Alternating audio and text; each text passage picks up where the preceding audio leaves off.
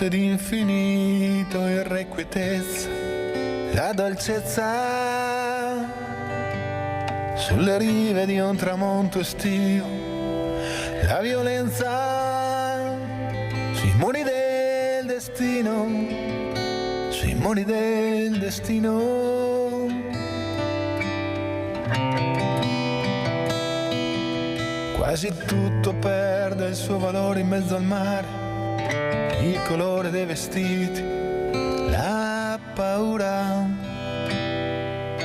i sogni perseguiti,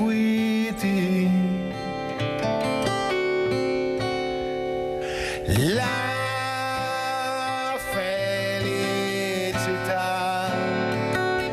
è un'illusione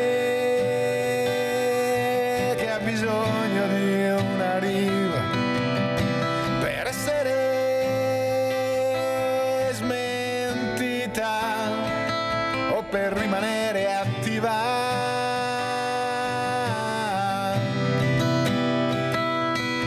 La sua ricerca non trova conclusione se prima non la trova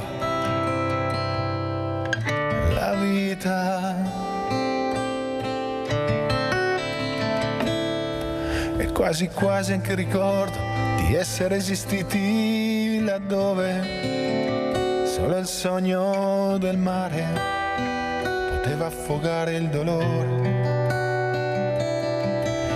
Ma adesso che anche l'ultima onda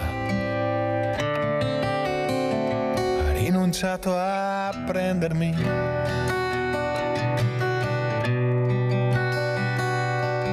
e che a difendermi dalla balena è il sogno di un lavoro, una casa o un figlio appena nato.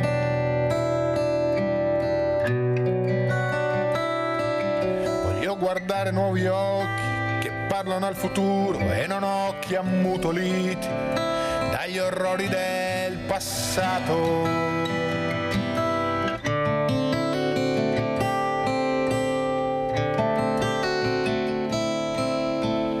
La felicità è un'illusione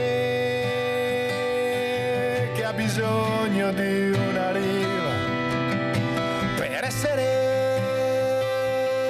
smentita o per rimanere attiva.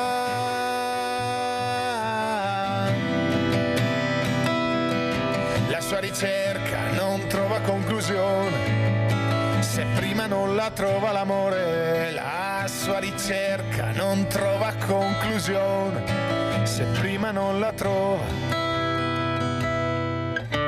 la vita.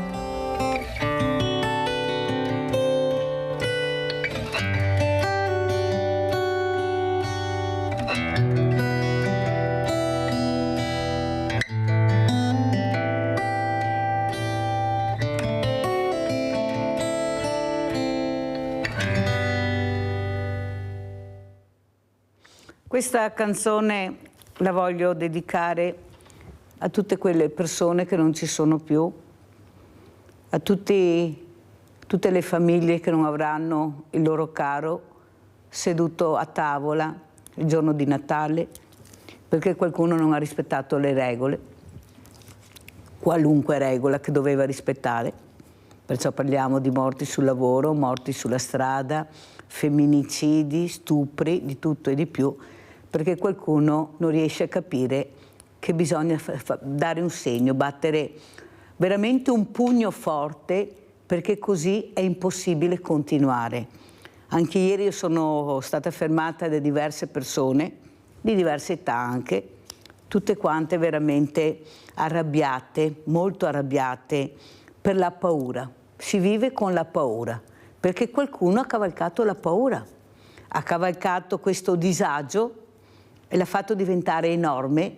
E perché? Perché ci sono le fragilità, quelle fragilità che non riescono ad essere supportate, che non hanno la fortuna di avere una famiglia, delle persone vicine che invece aiutano, e questo fa sì che la solitudine diventa un'arma letale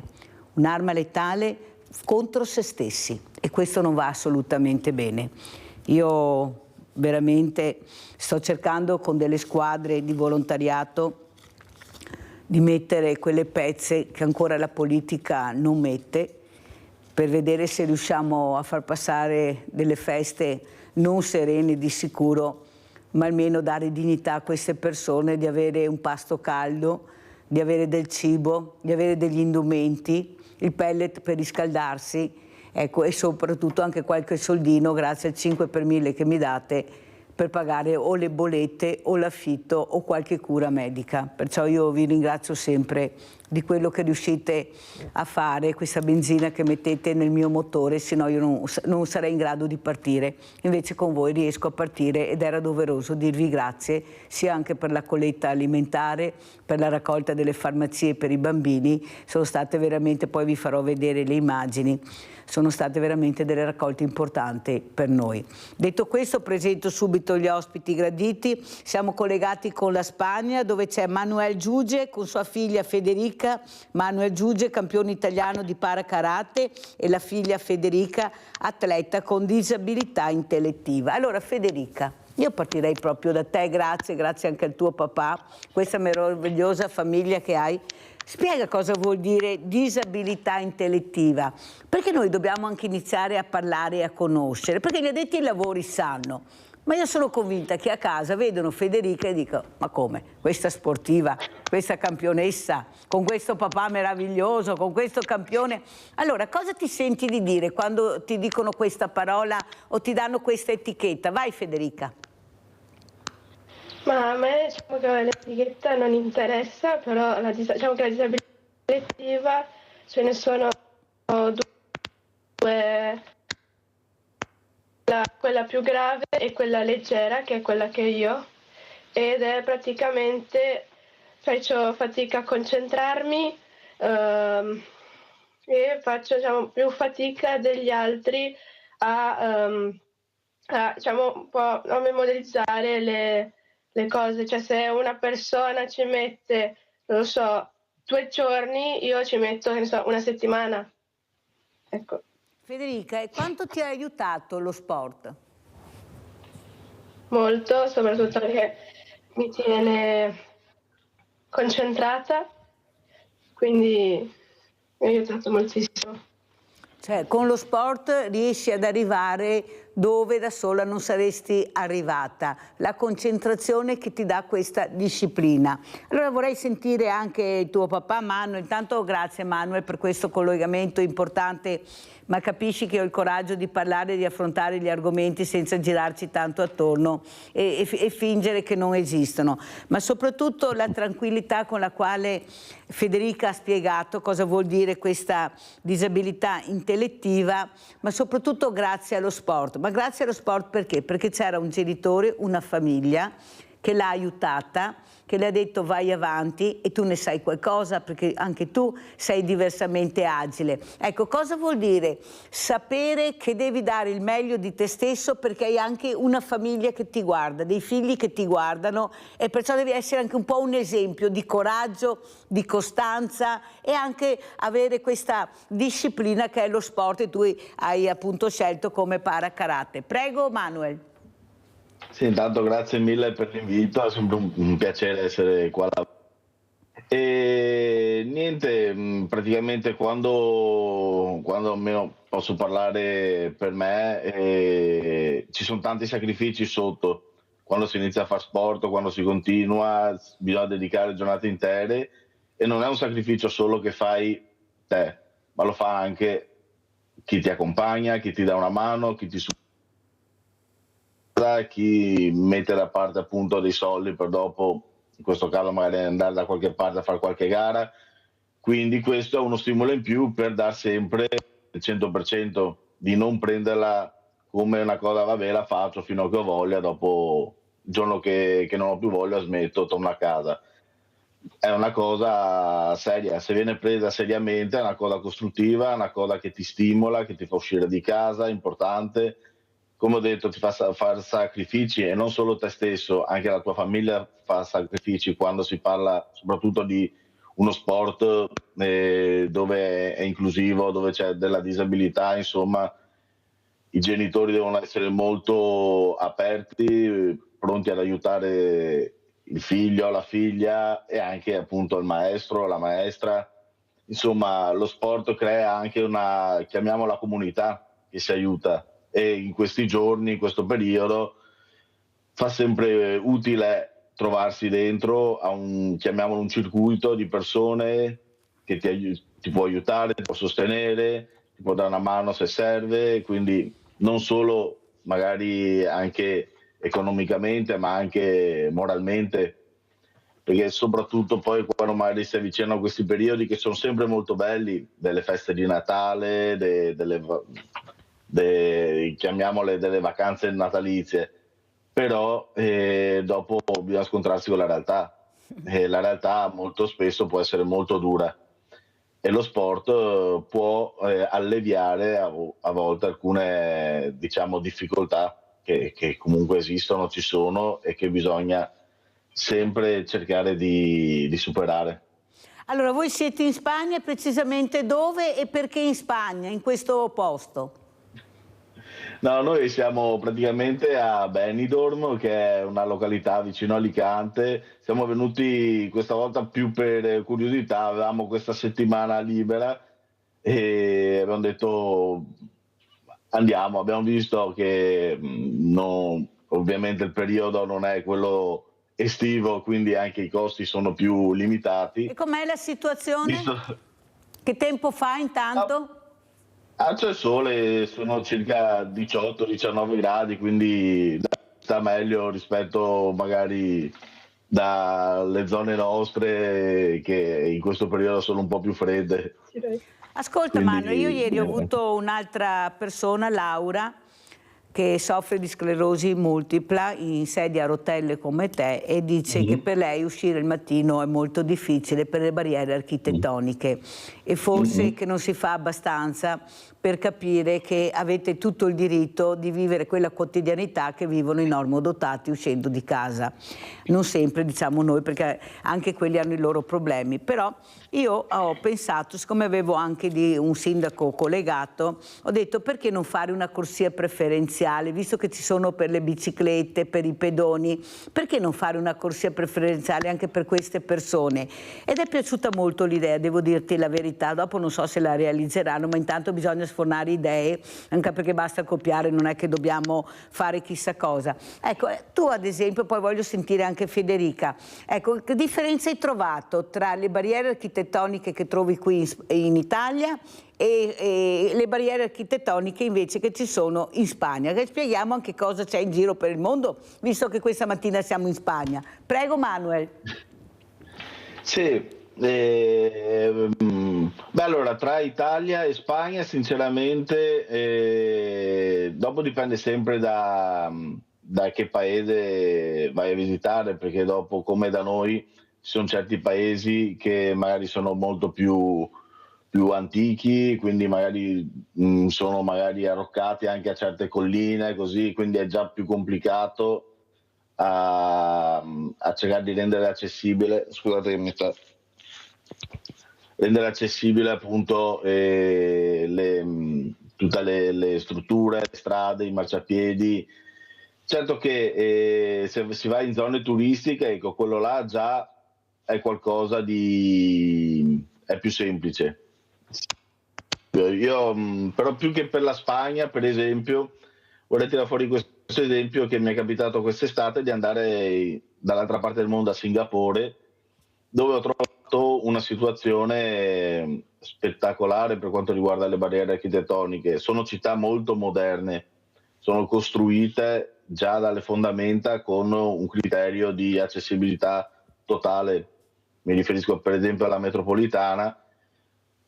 Uno in carrozzina può girare tutta la metropolitana e tutta, vuol dire tutta, e in completa autonomia, senza avere... Cioè tu stai dicendo che la tecnologia, specialmente di ultima generazione, permette di fare delle cose incredibilmente utili. Il problema è che bisogna investire. Allora io ritorno sempre qua perché qualcuno prima o poi riuscirà a capire. devono investire su quello che serve. Devono spendere i soldi che paghiamo, siccome lo Stato siamo noi e paghiamo profumatamente, i soldi che ricevono per le cose utili del paese e per la popolazione, le cose utili. C'è una popolazione sempre completamente, ormai quasi diversamente giovani ne abbiamo pochissimo, quelli che abbiamo se ne vanno anche via, sfortunatamente, perciò dobbiamo far capire che devono investire su quelle che sono le necessità del paese. Sentiamo Rinaldo, poi andiamo da Federica. Vai Rinaldo. Ciao Mirella e buongiorno ai tuoi ospiti. Intanto saluto Federica e suo papà. Grazie per quello che facevi, perché sei in grado con gli altri a insegnarmi e noi altri a risolvere i problemi. Noi altri saremo con mal di testa, troveremo mie difficoltà. Voi altri avete una carica indosso che ne insegnano gli altri a vivere. Ed è una roba stupenda qua. Ne faceva versi gli occhi quello che abbiamo bisogno dalla vita, di tranquillità, di accontentarsi di quello che abbiamo. Sempre dire, è vita di un lampo, vivere, vivo tanti anni, non ho passato tutti i colori, ma sono contento di essere arrivato a poco. E adesso sono ancora di imparare da persone come degli altri, perché e a mente anche agli altri, piangiamo per una cretinata, ma questa è verità della vita, vivere bene, tranquilli, accontentarsi di quello che si ha. Non guardare mai in giro, guarda avanti, ma è dopo è convivere con la gente, essere buoni, aiutare una persona, non vuol dire dare un prosciutto crudo, anche una parola, una persona che sola, che ha un disagio, una telefonata, come ti sta, se vuoi parlare con me, chiamami, che facciamo do sacco, questa è la vita, no? Come dovremmo arrivare, dovremmo essere tutti. Purtroppo dopo, quando ti arrivi a una certa età, ti dà un libro che ti dà il totale di quello che ti ha fatto e quello che ti ha ricevuto. Se ti sei in armonia con quello che ti ha fatto, ti sei tranquillo, ti va via volentieri. Se no, se ti dà tante robe per la testa, comunque voglio dirle, bravi e grazie per quello che facevo gli altri, che insegnarmi a guardare. Ciao Mirella e buongiorno a tutti. Arriva un aereo qua. Grazie Rinaldo, grazie infinite di questa telefonata. Vedere anche questo video, poi sentiamo Federica, vi porto a Trieste, disabilità ITIS. Andiamo a Trieste.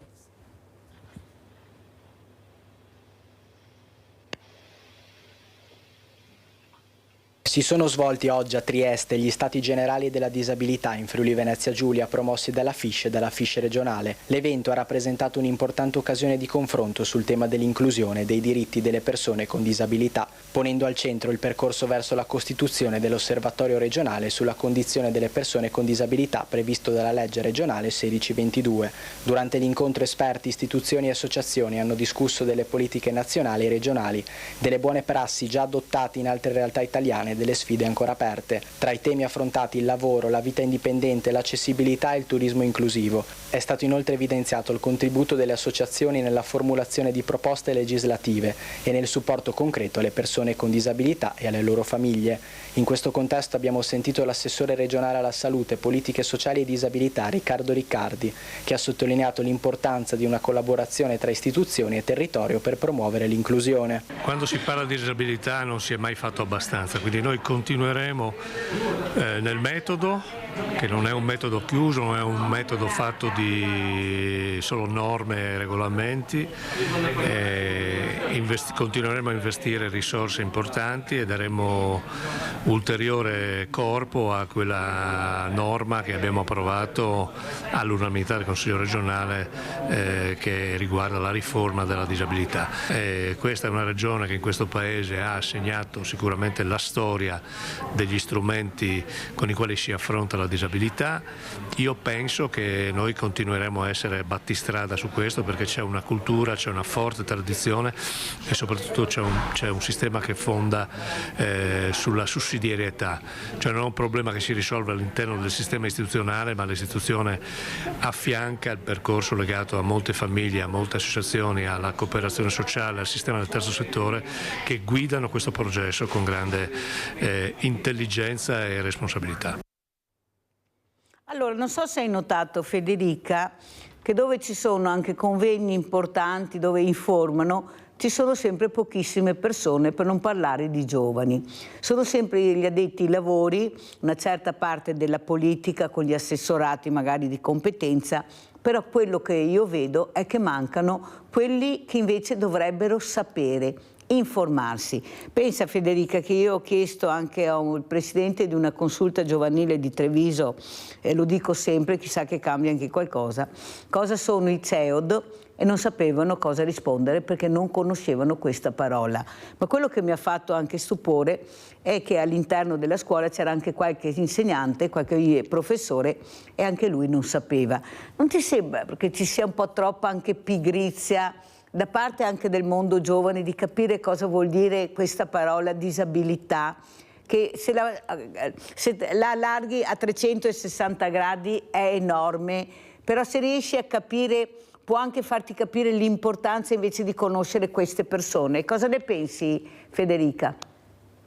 Beh, ovviamente, come hai detto te, c'è un po' di disabilità, però io penso che alla fine basta che fai conoscere che ci sono quelle persone, che ognuno è diverso e secondo me poi ci arriveranno tutti quanti, secondo me. Però i giovani, l'abbiamo visto anche con le Paralimpiadi, questa parola terribile, chissà che le cambino anche questa, ce ne sono molti, fanno squadra, credono in se stessi, fanno comunità, però poi quando finisce quel cerchio magico, poi facciamo fatica a vederli tutti assieme, bisogna andare nelle palestre, bisogna andare dove fanno queste discipline sportive, però le compagnie, dico io, le compagnie ci sono di questi ragazzi assieme ai normodotati, io faccio fatica a vederli, ditemi quello che volete, io non li vedo assieme, non li vedo in compagnia, sempre accompagnati o dai familiari o qualche volta da qualche amico se ce l'hanno, parlo sempre fuori dell'attività sportiva. È così, Federica, o no? Allora, nel sport io faccio sempre allenamento anche con i miei altri compagni, quindi siamo tutti insieme.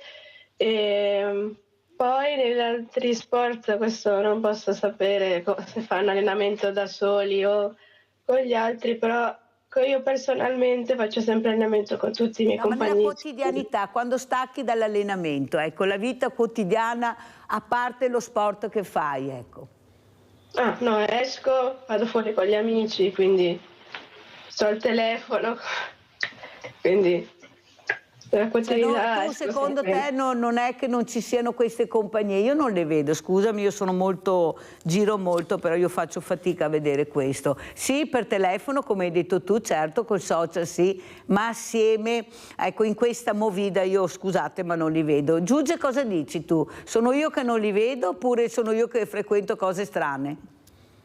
Allora, è un insieme di fattori.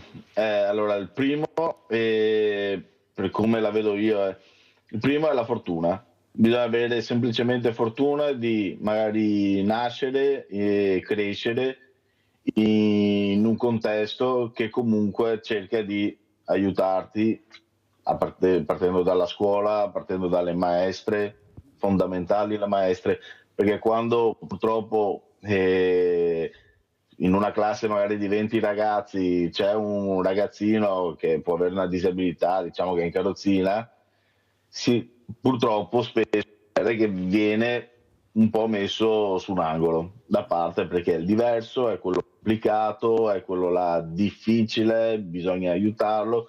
Allora nell'innocenza molto spesso di alcuni ragazzini si può un po' questo isolamento. Qua devono essere brave i professori, la famiglia e le famiglie di tutti a cercare di fare gruppo e da fare inclusione, perché comunque il ragazzino, e io parlo in prima persona, che magari può avere una disabilità, può in un certo senso vergognarsi anche di questa disabilità. Dopo col passare del tempo crescerà e capirà meglio i propri punti di forza e tutto il resto, però quando si è piccoli spesso può succedere questo e bisogna soprattutto appunto da piccoli aiutare i ragazzini, le ragazze e anche appunto i docenti a far gruppo e a far conoscere anche un ragazzino che può avere una difficoltà. Ti sembra, Manuel, che ci sia una società molto chiusa rispetto a una volta, molto pigra anche nel mettersi in prima linea con questa quotidianità diversa, perché è impegnativa? E forse anche questo non siamo più abituati, come hai detto giustamente tu, al sacrificio, perché devi rinunciare a qualcosa. Ecco, devi impegnarti in qualcosa di importante, che è di far sentire queste persone come te, senza nessun problema. Ecco, io noto questo, io lo noto molto e mi fa molto male. Ecco, per fortuna abbiamo questo mondo del volontariato che con queste gite, queste associazioni che organizzano, li portano a destra e a sinistra, però poi tra barriere architettoniche, tra alberghi che non sono ancora all'altezza della situazione, nonostante si sappia benissimo i numeri che abbiamo di persone che avrebbero tutto il diritto di essere ospitati nella migliore dei modi. Quando pensate che a Conegliano hanno fatto un ascensore che la sedia a rotelle, Ferrovie dello Stato, Ferrovie Italia, non entra la carrozzina. Capite che c'è molto da discutere, Manuel, però bisogna pur discutere, perché se non ne parliamo si continua così. Ecco, secondo te anche questa Minovò combatta, cosa ha avuto agire così? Cioè, mi sembra che invece dovremmo tutti quanti iniziare a protestare, a dire quello che non va bene, cercare di migliorare quello che può essere migliorato. Ma come si fa a fare un ascensore nel 2022, mi sembra che l'abbiano fatto 2020, beh, insomma dal 2020 in poi, che la carrozzina non passa? Ma questo succede anche in certi ospedali, che non passano i lettini. Ma chi è che fa queste cose? Cioè, ma vi rendete conto? Perché bisognerà pur parlarne, perché sono cose che costano, perché le devi rifare. Cosa dici, Manuel? E questa situazione secondo te è abbastanza nota, oppure beh sì, tutto sommato a me non tocca, a me non capita, perciò il problema non è mio, è di altri? Prego. No, è nota come situazione, capita purtroppo anche spesso, anche magari su strutture proprio totalmente nuove, che dai per scontato che non ci siano problemi, invece dopo arrivi là e vedi chiamiamole cavolate, che magari bastava anche solo un occhio di riguardo, insomma, anche chiedere un parere a qualcuno, perché a volte, come può essere la larghezza di un ascensore, spendi una valanga di soldi per fare l'ascensore, dopo è inutilizzabile, perché alla fine chi dopo a cui serve non ci può entrare, quindi è come non averlo fatto, e rifarlo spendi il doppio dopo. E dovrebbero, diciamo... Cioè, ma chi è che controlla? Perché il problema è una volta c'era l'amministratore contrario che andava a controllare i lavori, no? Ma avevo una parola, adesso mi ricordo, comunque era appunto contrario, perché doveva vedere se c'era qualcosa che non andava. Adesso chi è che va a controllare, a vedere se poi alla fine ci troviamo con questi risultati su edifici veramente molto importanti, costosi, che dovrebbero essere ma veramente controllati dall'A alla Z, o il materiale scarso, o le distanze non sono a norma, c'è sempre qualcosa che non funziona. Cosa vuoi dire, Federica? Non si sente? No, non si sente. Niente, allora a questo punto andiamo in pubblicità.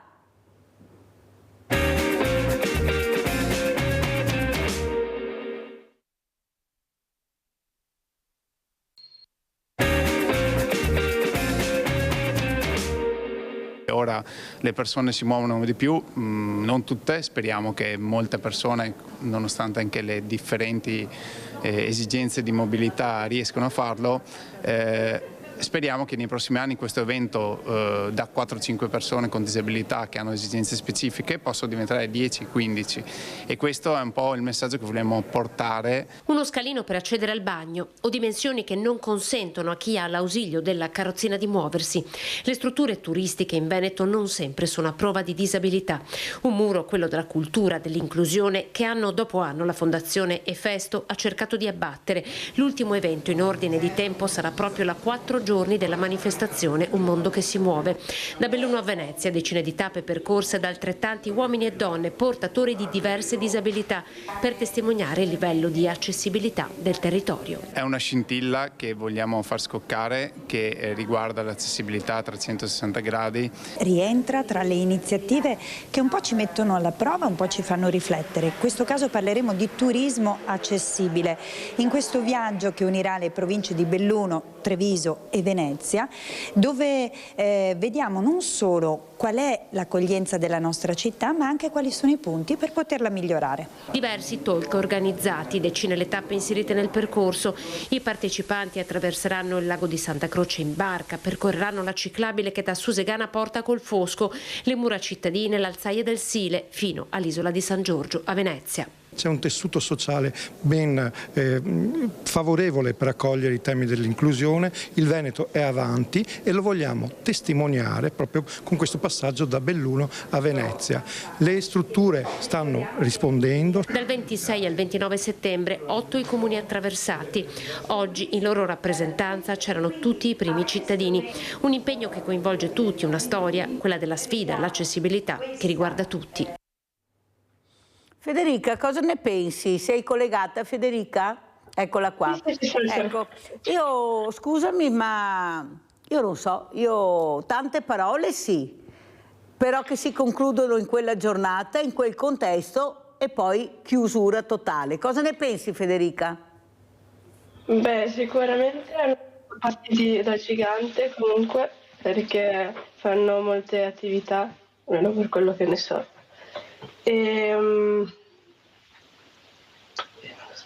Sì, diciamo che ho visto il mio amico Michele Celebrin e anche diversi amici su questo bel servizio, e l'importante è sempre far vedere, e soprattutto anche il territorio, i posti accessibili che dopo magari uno non conosce, magari ci abita a fianco e non li conosce perché magari non si è mai mosso da casa, li vede, li sente o c'è qualcuno che lo racconta e allora ci va. No, questi eventi sono importanti. Dopo ovviamente non deve fermarsi tutto là all'evento in sé. L'evento deve essere una dimostrazione di quello che si può fare, che si dovrebbe fare, che c'è ancora da fare. Dopo però ovviamente sta a noi, a ognuno di noi, cercare di creare una comunità, una rete per riuscire a sviluppare questi progetti, questi movimenti, perché una scintilla, come ha parlato di scintilla appunto Michele, ci deve essere, bisogna farla. Una volta che però viene fatta, se viene accolta magari diventa un fuoco questa scintilla. L'obiettivo di tantissimi eventi, di tantissime associazioni è proprio quello di dare il via. Da cosa nasce cosa. Ovviamente non sempre le cose dopo possono andare a buon fine, ma magari su 10, 2 progetti dopo pian piano iniziano a crescere e a camminare anche da soli, a muoversi da soli. Però fino a che non parte, soprattutto da noi, soprattutto da chi ha necessità di questi eventi, anche di questo, un semplice giro, una giornata di giro in barca tutti assieme, fai vedere che anche se sei carrozzina, in barca, un giro, tranquillamente. Tantissime persone, queste cose non si possono fare. Vedi Manuel, il problema è che non c'è abbastanza informazione, perché se io con Media Nord-Est non andiamo a far vedere, ecco, non mandano la mail per partecipare e sentire cosa hanno fatto, se tu mi spieghi come fanno le persone a sapere che ci sono queste opportunità molto importanti che non capitano sempre, io sono convinta che non ce la faremo mai. Quello che manca è l'informazione corretta da chi dovrebbe informare. Mi sembra che non hanno sentito i miei ospiti, purtroppo, però andiamo a vedere questa giornata disabilità.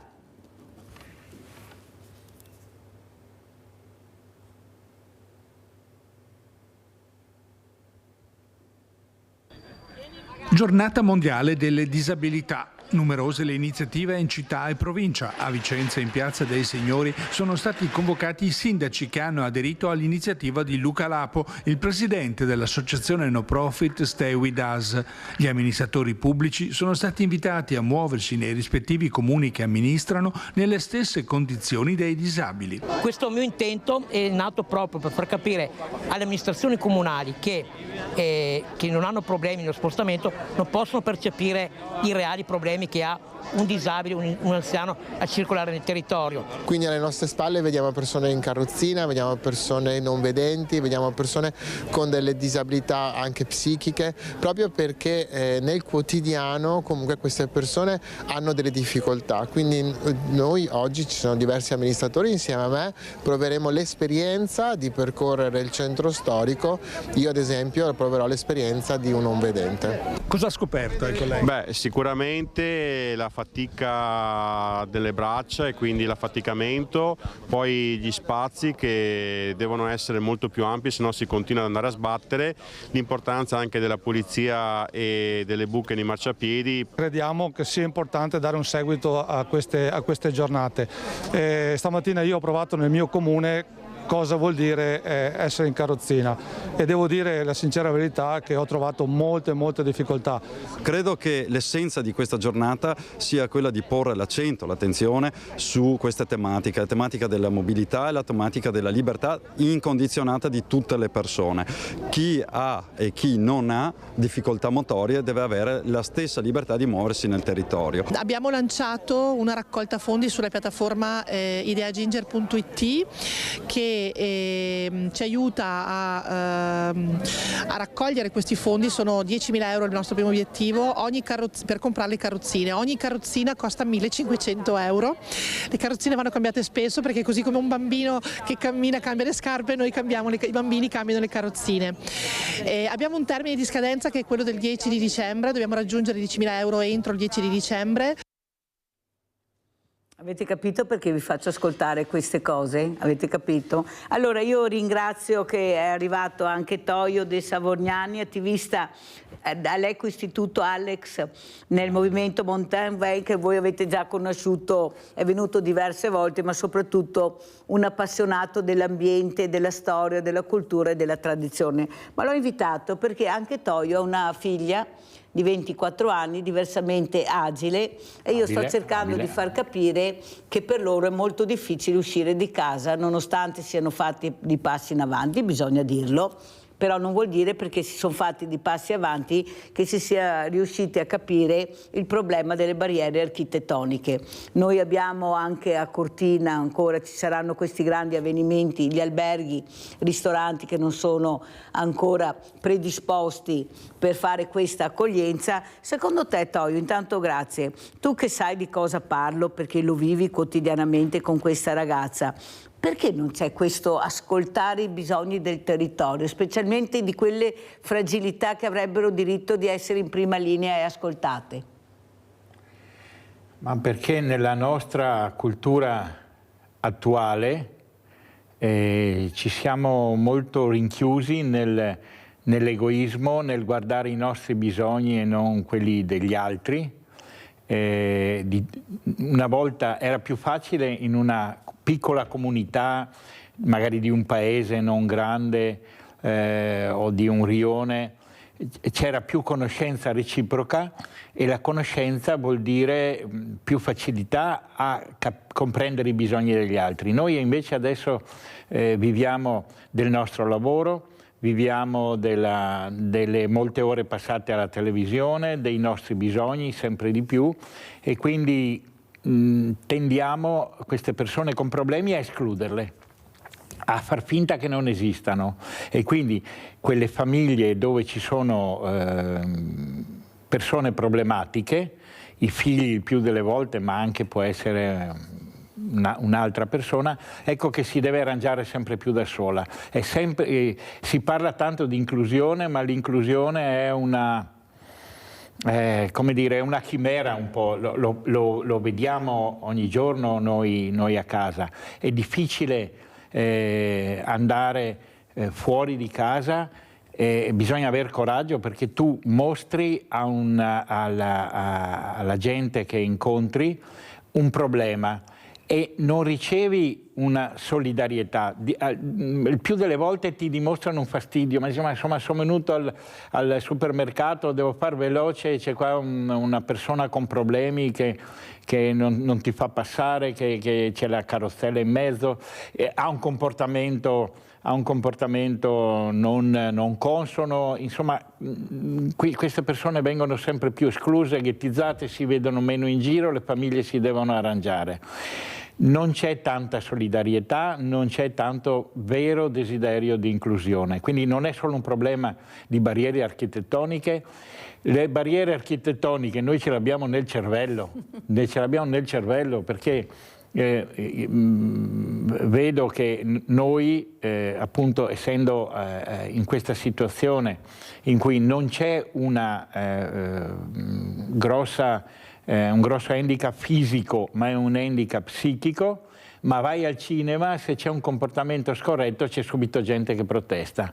Se vai a mangiare una pizza ti mandano via. Mi è successo, mi hanno mandato via, cioè non puoi disturbarmi, mi rovini la clientela, mi disturbi, tutti ti guardano in maniera, come dire, ma cosa ci fai tu qua? Ci stai disturbando, ecco, questa sensazione del disturbo, di disturbare, di essere fuori luogo, di rovinare una situazione che dovrebbe essere di normalità, che di solito cosa vuol dire? Vuol dire che tu sei, perché la maggior parte della nostra vita sociale si svolge dove? Si svolge in luoghi economici, dal supermercato alla pizzeria, o anche vai a una serata, una conferenza, al cinema, quindi disturbi l'economia, ecco. E questo noi non lo accettiamo, di fatto psicologicamente la società non l'accetta sempre meno. Tanto è vero che questi ragazzi vengono messi in istituti, in residenze, in comunità lontani da quella che è la quotidianità. Questo fa molto male. Vediamo se c'è Manuel collegato, se è caduto con Federica, eccoli qua. Manuel, hai sentito quello che ha detto Toio De Savognani, che vive questa quotidianità con questa figlia che non viene accettata perché le barriere architettoniche, oltre che quando esci di casa, sono nella mente, nel cervello delle persone. Ecco, non vieni accettato, non puoi andare a mangiare la pizza perché disturba, ma l'abbiamo visto anche a Cortina, dove è stata spostata questa mamma con questo ragazzo al ristorante perché disturbava e qualcuno non lo voleva. E non è stato fatto capire che aveva tutte le ragioni per stare là a mangiare. Non penso che fosse proprio un disturbo così terribile. Cos'è il disturbo? Ecco, io vorrei capire. Cosa ne pensi, Manuel? Cosa vuoi dire a questo papà Toio? Bisogna purtroppo stringere i denti, perché queste sono cose lunghe, soprattutto su una società, quella di oggi, che è sempre di fretta, deve essere sempre perfetta, bella da vedere, perché altrimenti non stai dentro. Insomma, come ho detto anche prima, bisogna partire dai più piccoli, perché i più piccoli saranno dopo il futuro, saranno quelli più grandi, e una volta che loro capiranno, impareranno ad avere più rispetto, più comprensione, più tolleranza, più animo anche. Se riusciamo a far questo con i bambini, di conseguenza il futuro sarà in teoria migliore, ovviamente non c'è scritto da nessuna parte. Consigli che posso dare è quella là di non mollare, di non farsi troppi problemi, perché come appunto ha detto tuo ospite, le barriere molto spesso sono anche quelle mentali, quelle che abbiamo nella testa, e molto spesso ce le hanno queste barriere chi proprio nella vita non ha barriere. Grazie Emanuele, però vedi il problema numero uno che tu l'hai detto dall'inizio poi, è che io sono stato fortunato, ci vuole la fortuna di avere una famiglia, perché io penso che tu stai facendo questi giri meravigliosi anche in Europa e non solo nel mondo, perché è anche qualcuno che ti accompagna, che ti sta accanto, che ti sta vicino, ma io non penso che da solo riusciresti a fare tutto, ci vuole sempre qualcuno che ti accompagni, non c'è niente da fare, da solo puoi arrivare fin là, ma dopo di là devi fermarti, non c'è verso. Ecco, io è questo che voglio capire, perché oltre alle barriere architettoniche abbiamo le barriere mentali e ne abbiamo tante, tantissime, perché ti dico, quando io porto questi ragazzi, queste persone a visitare musei, a fare un giro barca, come hai detto tu, tutto gratuito, devo avere la privacy firmata dai genitori, e mi ritrovo ancora genitori che mi dicono no, perché mio figlio può essere strumentalizzato, ma se lo porto a divertirsi,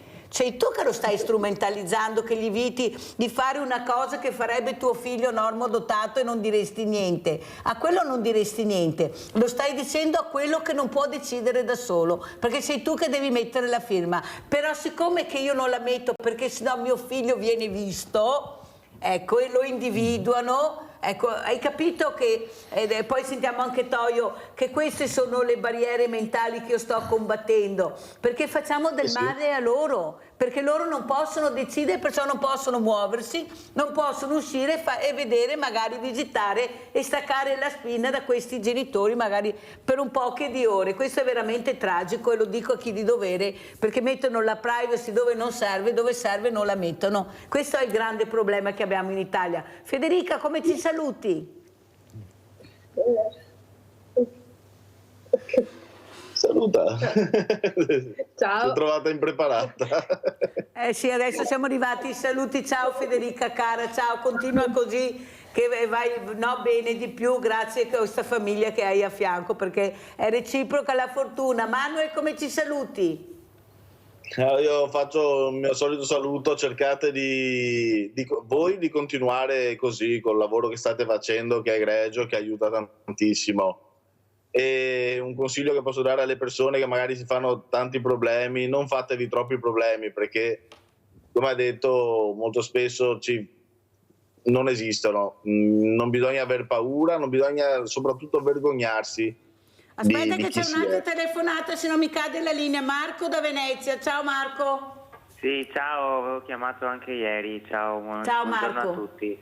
Volevo intervenire su questo discorso, visto che come disabile non vedente mi ritrovo anch'io purtroppo in queste situazioni.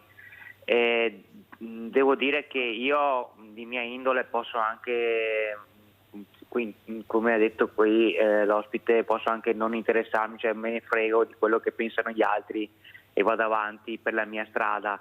Però ci sono tante persone che purtroppo non hanno questa forza d'animo, oppure non hanno questo spirito e soffrono tantissimo questi problemi di barriere architettoniche che ci sono, ma più che barriere architettoniche ci sono barriere proprio mentali delle persone che ci sono in giro, a cominciare innanzitutto dalle istituzioni e poi a cascata a tutte quante le persone, perché bene o male le istituzioni sono delle rappresentanti di quelli che è la società che gira intorno. Quindi le persone che ci sono in giro purtroppo pensano che il disabile sia una persona da emarginare, da escludere. Perché? Perché ha dei problemi e che quindi prima deve curarsi, poi quando si è curato, si è come dire, messo a posto, può rientrare nella società. Ma questa è una cosa veramente che mi fa tornare indietro veramente negli anni bui della nostra storia, perché le persone che con disabilità hanno, oltre ad avere il diritto a fare le cose come gli altri, hanno delle potenzialità, ognuno ha delle potenzialità innate e devono avere la possibilità di sviluppare queste potenzialità, perché possono dare un contributo alla società. Per questo dovrebbero essere fatti progetti e anche finanziate soprattutto aiuti per queste persone, perché devono innanzitutto essere incluse nella società e poi devono sviluppare queste loro capacità per un bene comune, per un bene di tutti. Purtroppo le istituzioni non lo fanno. Come discorso ieri dell'INPS, la carta della disabilità, se lo diciamo noi per passaparola, l'INPS non te lo comunica. Dobbiamo cercare noi le informazioni, ma cercare informazioni per una persona che ha già difficoltà di per sé è ancora più difficile. Quindi io questo volevo dire, e io spero che in futuro, grazie a queste giornate della disabilità, ci sia ancora più sensibilizzazione e si possa migliorare questa situazione che purtroppo secondo me non la vedo rosea, ecco, perché secondo me ogni anno non dico che peggiori, però ogni anno le persone diventano sempre più isolate e si isolano sempre di più gli uni verso gli altri. Grazie Marco, ti ringrazio di questa telefonata. Io spero con questa trasmissione proprio di essere vicino invece a queste realtà, perché a differenza di altri degli addetti ai lavori io faccio parlare le persone che hanno questo problema, che forse sarebbero loro che dovrebbero parlare, perché se ascoltiamo sempre i soliti notte e toio non ne veniamo fuori. Cioè invece di ascoltare loro le esigenze, parlano gli altri, sempre gli altri parlano. Allora anche tu avevi la card, Manuel, sapevi di questa card? L'hai avuta? Giri con questa card? Sì, io la conosco poco questa card perché l'ho fatta da poco, quindi sinceramente devo ancora utilizzarla. Ma come l'hai saputo? Tramite così magari dei social o Passaparola. un amico. Sì, però non è che sia arrivato appunto come ha detto anche il vostro... Ecco, speriamo che l'INPS abbia capito che forse scrivere 2 righe che c'è questa possibilità di avere questa card non sarebbe male. Bisogna parlare perché veramente è una cosa incredibile. Telefono, un'email, ecco. Grazie, appunto, visto che abbiamo anche queste mail che sono facili anche da capire, perché è incredibile che chi ha diritto non sappia di questa cosa se non per il passaparola. Una carta gratuita che ce l'ha l'INPS, non è noi che la dobbiamo richiedere, dopo però aver saputo che c'è, prima mi mandi una mail e poi decido se chiederla o no. Grazie a Manuel Giuge, grazie a Federica Giuge, complimenti per questo bellissimo viaggio, divertitevi, anche la tua moglie, tutta la famiglia, e noi adesso andiamo in pubblicità.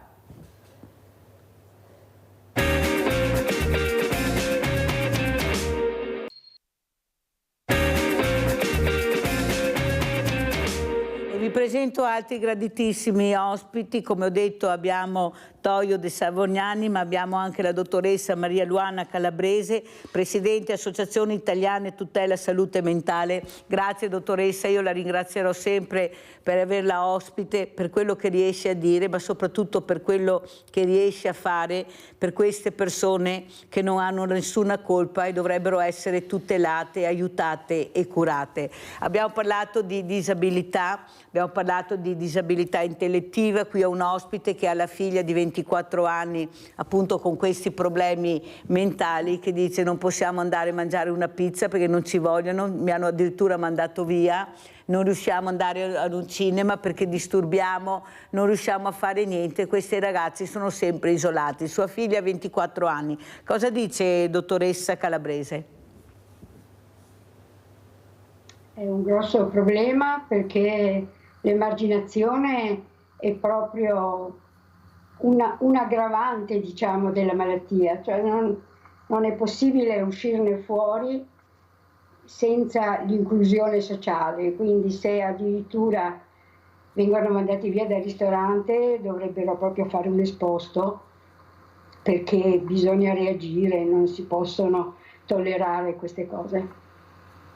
Toio, cosa vuoi dire alla dottoressa Calabrese? Tu che vivi il problema, che hai il coraggio di denunciare tante cose che molte persone, molte famiglie, molti genitori non denunciano, perché avere, come hai detto tu, una persona in casa con questi problemi è una vergogna, non devo farla vedere, non deve dare fastidio, non deve disturbare, automaticamente la devo isolare. E c'è questa situazione di questa barriera mentale che abbiamo, ecco, di vedere ancora queste persone come persone diverse che danno fastidio, che disturbano, perché non ho tempo di seguire questi problemi. Io devo essere tranquillo quando mangio, quando bevo, quando vado a un cinema, quando vado per strada. Io mi ricordo quella ragazza che ha trovato il suo posto per disabile occupato da una persona, lei è cieca, e ha detto, è stata insultata, ha detto ma stai a casa, ma dove vai a rompere le scatole in giro, stai a casa. Capite che io ho il coraggio di far sentire e vedere queste realtà. Prego Toio.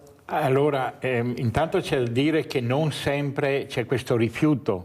Per esempio, hai parlato di cinema, a Vittorio Veneto, nel cinema io ci vado una volta alla settimana ed è accettata, magari c'è qualche problema, ti danno anche una mano, quindi non è una regola generale, ma in tanti posti, nel momento in cui c'è un minimo di problema, ti invitano ad andartene, ti invitano a togliere il problema, cioè sei un problema da scartare, da eliminare. Come consiglio a chi si trova in una situazione come la nostra è quella di non accettare questa, che di fatto è un'esclusione, è una marginalizzazione. Ti dicono vai via e quindi non diventi più un problema, che vuol dire restare a casa. Ebbene, noi non lo facciamo, parlo come famiglia, per cui andiamo a conferenze, andiamo a proiezioni, andiamo al cinema. E non sempre va male, perché magari va anche bene, perché queste persone non sono sempre nella situazione di crisi, quindi può essere una cosa temporanea. Quindi non aver paura di mostrare questi problemi, di mostrare e quindi far capire alle persone che sono situazioni da accettare. E quindi bisogna anche imporsi, cioè non bisogna sempre accettare di levarsi dai piedi, di non disturbare, di andarsene, eccetera. E quindi non bisogna vergognarsi, non è una punizione divina avere in famiglia una persona con questi problemi, e quindi nel momento in cui ti adoperi, cioè reagisci, ecco che svolge anche una funzione, come dire, educativa, no? Nei confronti di un pubblico che è sempre più, sì, di una società che ci circonda, che è sempre più narcotizzata dalla televisione, dalla pubblicità, in cui bisogna essere belli, giovani, profumati, vestiti bene, ricchi, se no vieni rifiutato. Allora, quello che però vorrei capire anche con la dottoressa Calabrese, anche per quanto riguarda le strutture dove accompagnare queste persone in caso di necessità di essere curate, hanno bisogno di cure, non sempre possono rimanere a casa, delle volte con situazioni anche incredibili di sofferenza da parte di questi genitori, molte volte anche diversamente giovani, che non riescono a gestire la situazione. Sono situazioni complicate che voi non vi rendete neppure conto, però anche qua non ci siamo, non abbiamo queste strutture che dovrebbero essere state fatte ancora quando hanno chiuso questi manicomi, dicevano i manicomi, per carità. Ecco, con la legge Basaglia, cosa è successo dopo, secondo lei, dottoressa? Dove è stata puntata l'attenzione invece di puntarla su quello che si doveva fare subito? Per queste realtà ce ne sono tante, credetemi, tantissime. Prego, dottoressa. Allora, ci siamo, almeno come associazione, ci siamo veramente impegnati nei primi anni della riforma Basaglia proprio per la costruzione di queste strutture, e se ne sono fatte anche troppe. Adesso, siccome non c'è personale, non si segue la famiglia all'interno del problema, diciamo, con chi ha il problema, e si tende veramente a dietizzare la persona inserendola in queste strutture che, devo dire, purtroppo sono state fatte e rendono anche a chi le gestisce, e quindi è diventato un business. Adesso siamo nel punto in cui si dice non bisogna dietizzare, non bisogna inserire le persone con problemi nelle strutture a vita, perché è vero che a volte sono in una comunità terapeutica per magari 2 o 3 anni, ma a volte anche 10 anni, ma poi non vengono dimesse per entrare nella società, vengono dimesse per entrare in un'altra struttura ancora più contenitiva, per cui da struttura in struttura arrivano ai 65 anni e vanno in casa di riposo. Ecco, questo percorso è un percorso che non aiuta, non cura, non fa inserire la persona nella società. Quindi ci vuole veramente una svolta, ci vuole un aiuto alla persona direttamente, con cure adeguate, che vuol dire accompagnamento a vivere, quindi inserire nel lavoro, e non dobbiamo aspettare di inserirla nel lavoro nel momento in cui sta bene, dobbiamo proprio anche nel momento in cui sta benino inserirla, perché questo, l'aiuto al lavoro, il lavoro stesso, è una terapia per la persona, è un bisogno che va soddisfatto, come quello di avere un alloggio, ma un alloggio non protetto nelle case e appunto nelle strutture istituzionali, un lavoro come gli altri. E allora si dice come si fa se hanno dei problemi. Ci sono dei metodi che agiscono soprattutto sulla motivazione, cioè bisogna un po' seguire la persona nelle sue aspirazioni, trovare un lavoro adeguato, obbligare o comunque indurre le ditte ad assumerli con tutte le agevolazioni che hanno dallo Stato e supportarlo. È il metodo dell'IPS che sta cominciando a prendere piede, almeno in astratto ancora, anche nel Veneto. Dottoressa Calabrese, è vero quello che lei dice, ma io sono convinta che a casa poi hanno dato anche la risposta. Hai voglia che in tempi brevi si riesca ad aggiungere questo. Basta vedere anche le persone diversamente agili, i numeri che ci sono all'interno delle aziende, pochissimi, eppure hanno agevolazioni, l'ha detto anche lei, sono agevolate, ma l'ha detto anche un mio ospite, non solo uno, quando mi presento e vedono disabilità, subito c'è qualcosa che non va più come prima, perché mette paura, perché non sai lavorare come gli altri, perché sei lento, perché non riuscirai a darmi quello che voglio io, che è la velocità, che sono i numeri che io esigo. Però quello che mi rammarica è che è vero che ci sono queste strutture, ma io porto sempre questo caso, dottoressa Calabrese, che non ne vengo fuori, di questo giovane papà che si è malato di Alzheimer a 40 anni, con 2 bambini piccoli. Uno è stato nominato anche dal Presidente della Repubblica, ecco, più di Cavaliere della Repubblica, ma i soldi non arrivano mai, non bastano, perché questa mamma oltretutto doveva lavorare per cercare di sfamare la famiglia, con queste 2 creature che dovevano andare a scuola, dovevano fare tutte quelle cose che fanno i bambini.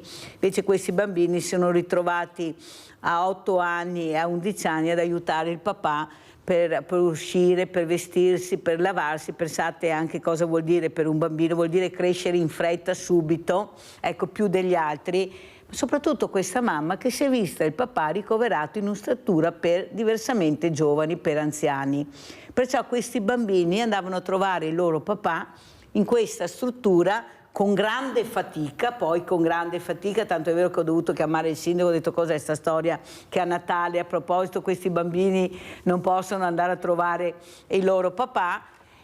E i bambini dicevano: ma mamma, perché con tutte queste persone anziane il mio papà? Cosa ci fa qua il mio papà? Perché i bambini ragionano, 1 più 1 il bambino lo sa fare e dice: ma come, il mio papà in questa struttura? Tanto è vero, dottoressa, come ha detto lei, che quando c'era questo momento di lucidità lui si ribellava perché capiva dove era in un momento e non lo accettava, e allora avanti col farmaco. E questa mamma disperata, questa moglie disperata, pensate cosa ci si ritrova, e soprattutto i soldi che non bastano mai. Cosa deve fare? Non poteva fare neanche la caregiver all'epoca, perciò pensate, una situazione drammatica che continua, perché l'ho sentita poco tempo fa.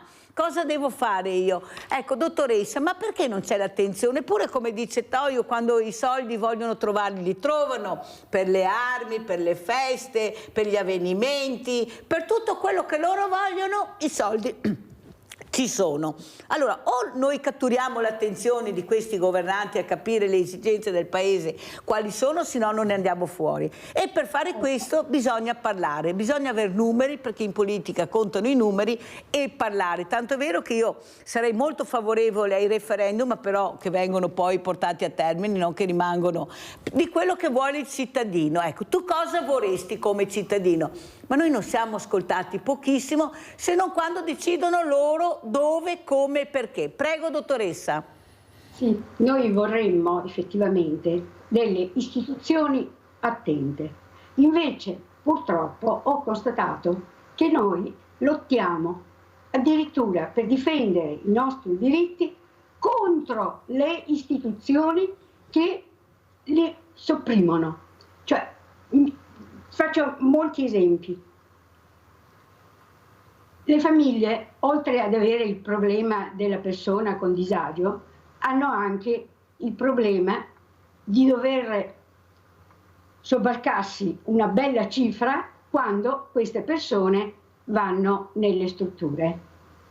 Queste strutture sono care. Non è vero che perché una persona si ammala debba poi diventare povera, i pochi risparmi devi impiegarli per diciamo, tirarsi su, se non per guarire. Quindi c'è una famosa legge, l'ISEE, che dice appunto che quando la persona viene ricoverata deve pagare nel limite del suo ISEE, che è un calcolo fattibilissimo e che tiene conto sia dei redditi sia del patrimonio della persona, e quindi c'è un importo massimo che può pagare. Ecco, questo viene sistematicamente disconosciuto dalle istituzioni, perché la differenza della retta dovrebbe pagarla il comune. I comuni non solo non avvertono la persona che potrebbe presentare l'ISEE e pagare molto meno, ma insistono perché si debba pagare tutto. Quando la persona ha terminato tutto il suo piccolo il conto corrente o i risparmi che può avere, ecco, allora verrà assistita.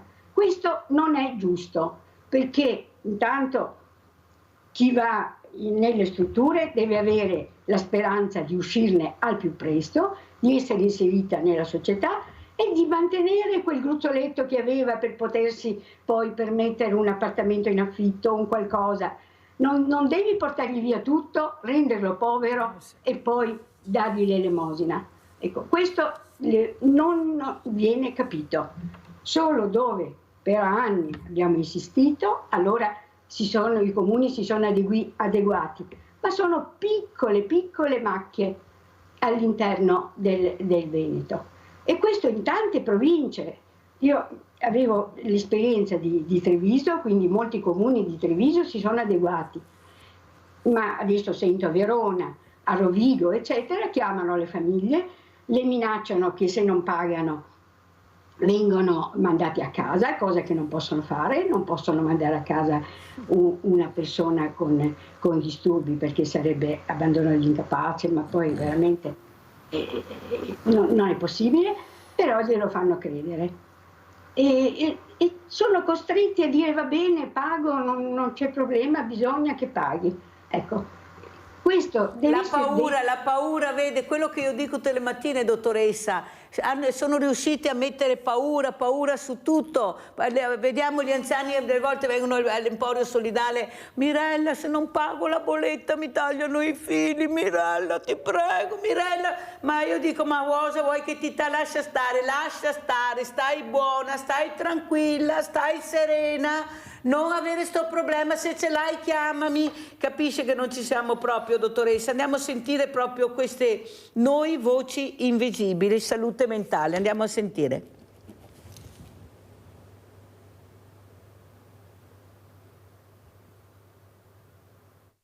Noi voci invisibili perché il disturbo non lo vedi, ripeto, non è come un braccio rotto, non si vede ma c'è.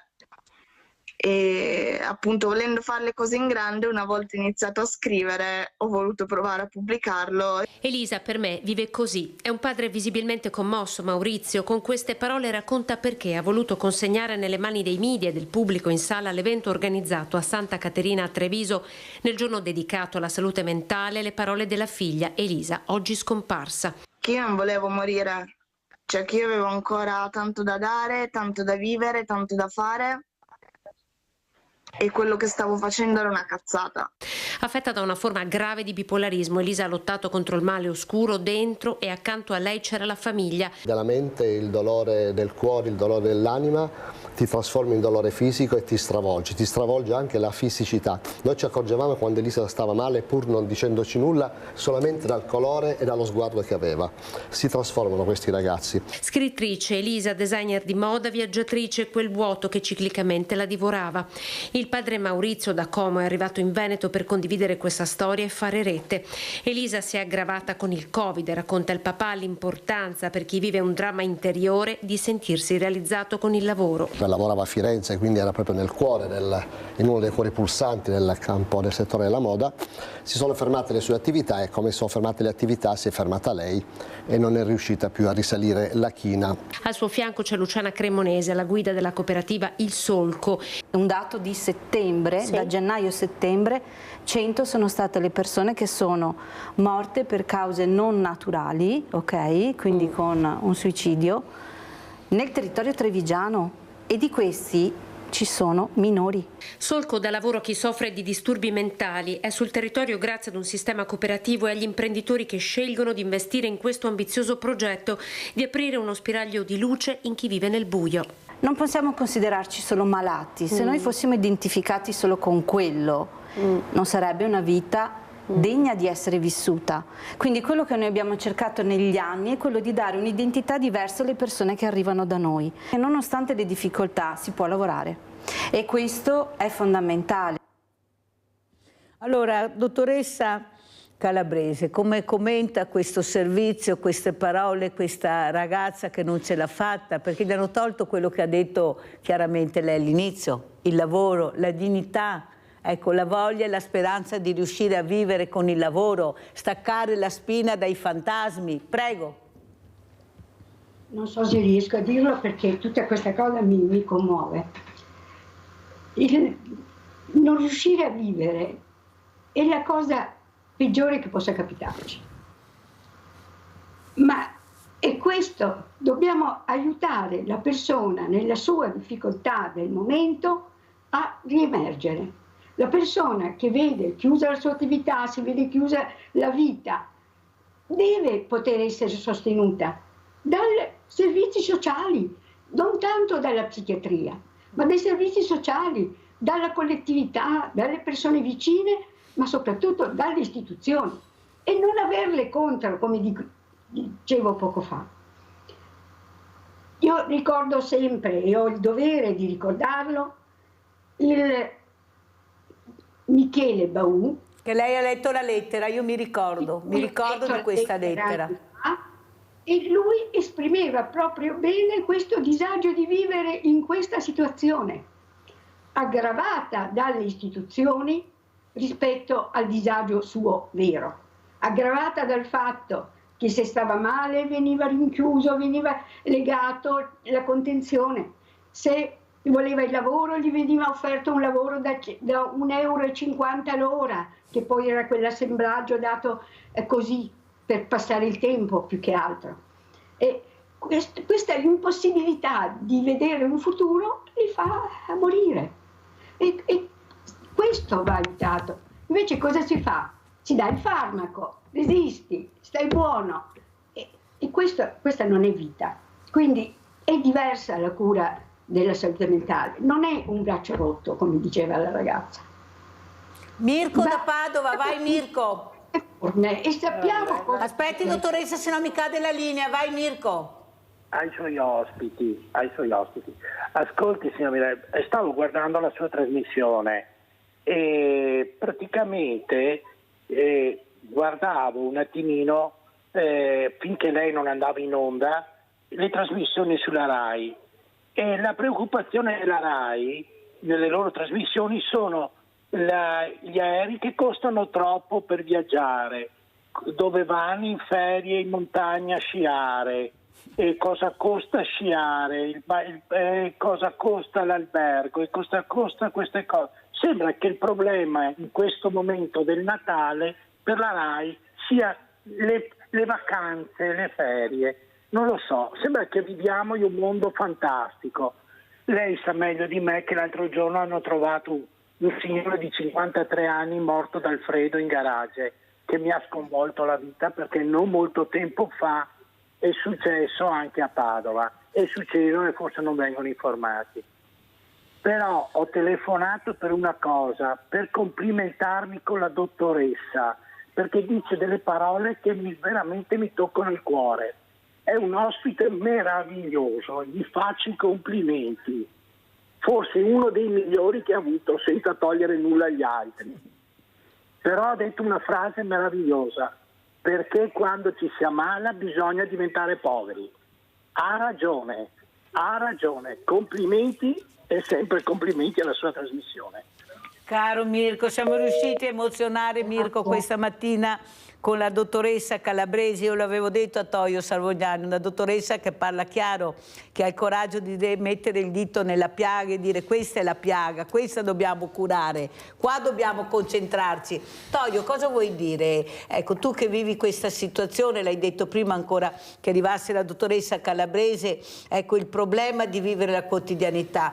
Perché io dico, io non devo essere fortunato, Toio, ad essere a Vittorio Veneto o a Treviso, io devo avere quello che mi spetta di diritto, lo dico sempre, sempre. È inutile che sia scritto nella Costituzione e poi non si realizza perché qualcuno non vuole sentire o ascoltare, perché purtroppo la parola ormai che regna sovrana è il business. Io faccio quella cosa solo se ho business e visibilità per me, perché questo mi farà andare avanti anche politicamente. Io ho bisogno di questo, della mia visibilità, non di quella degli altri o i bisogni del cittadino. Ecco, questa visibilità che, come dice questa ragazza, questa meravigliosa ragazza che non c'è più, che non si vede. Il problema è che quando non si vede non si sente. Noi invece dobbiamo parlarne. Prego, Toio. Beh, innanzitutto io, per l'esperienza diretta che abbiamo come famiglia, la creazione di questi centri dove ospitare durante il giorno le persone con questi problemi sono un grandissimo sollievo per le famiglie.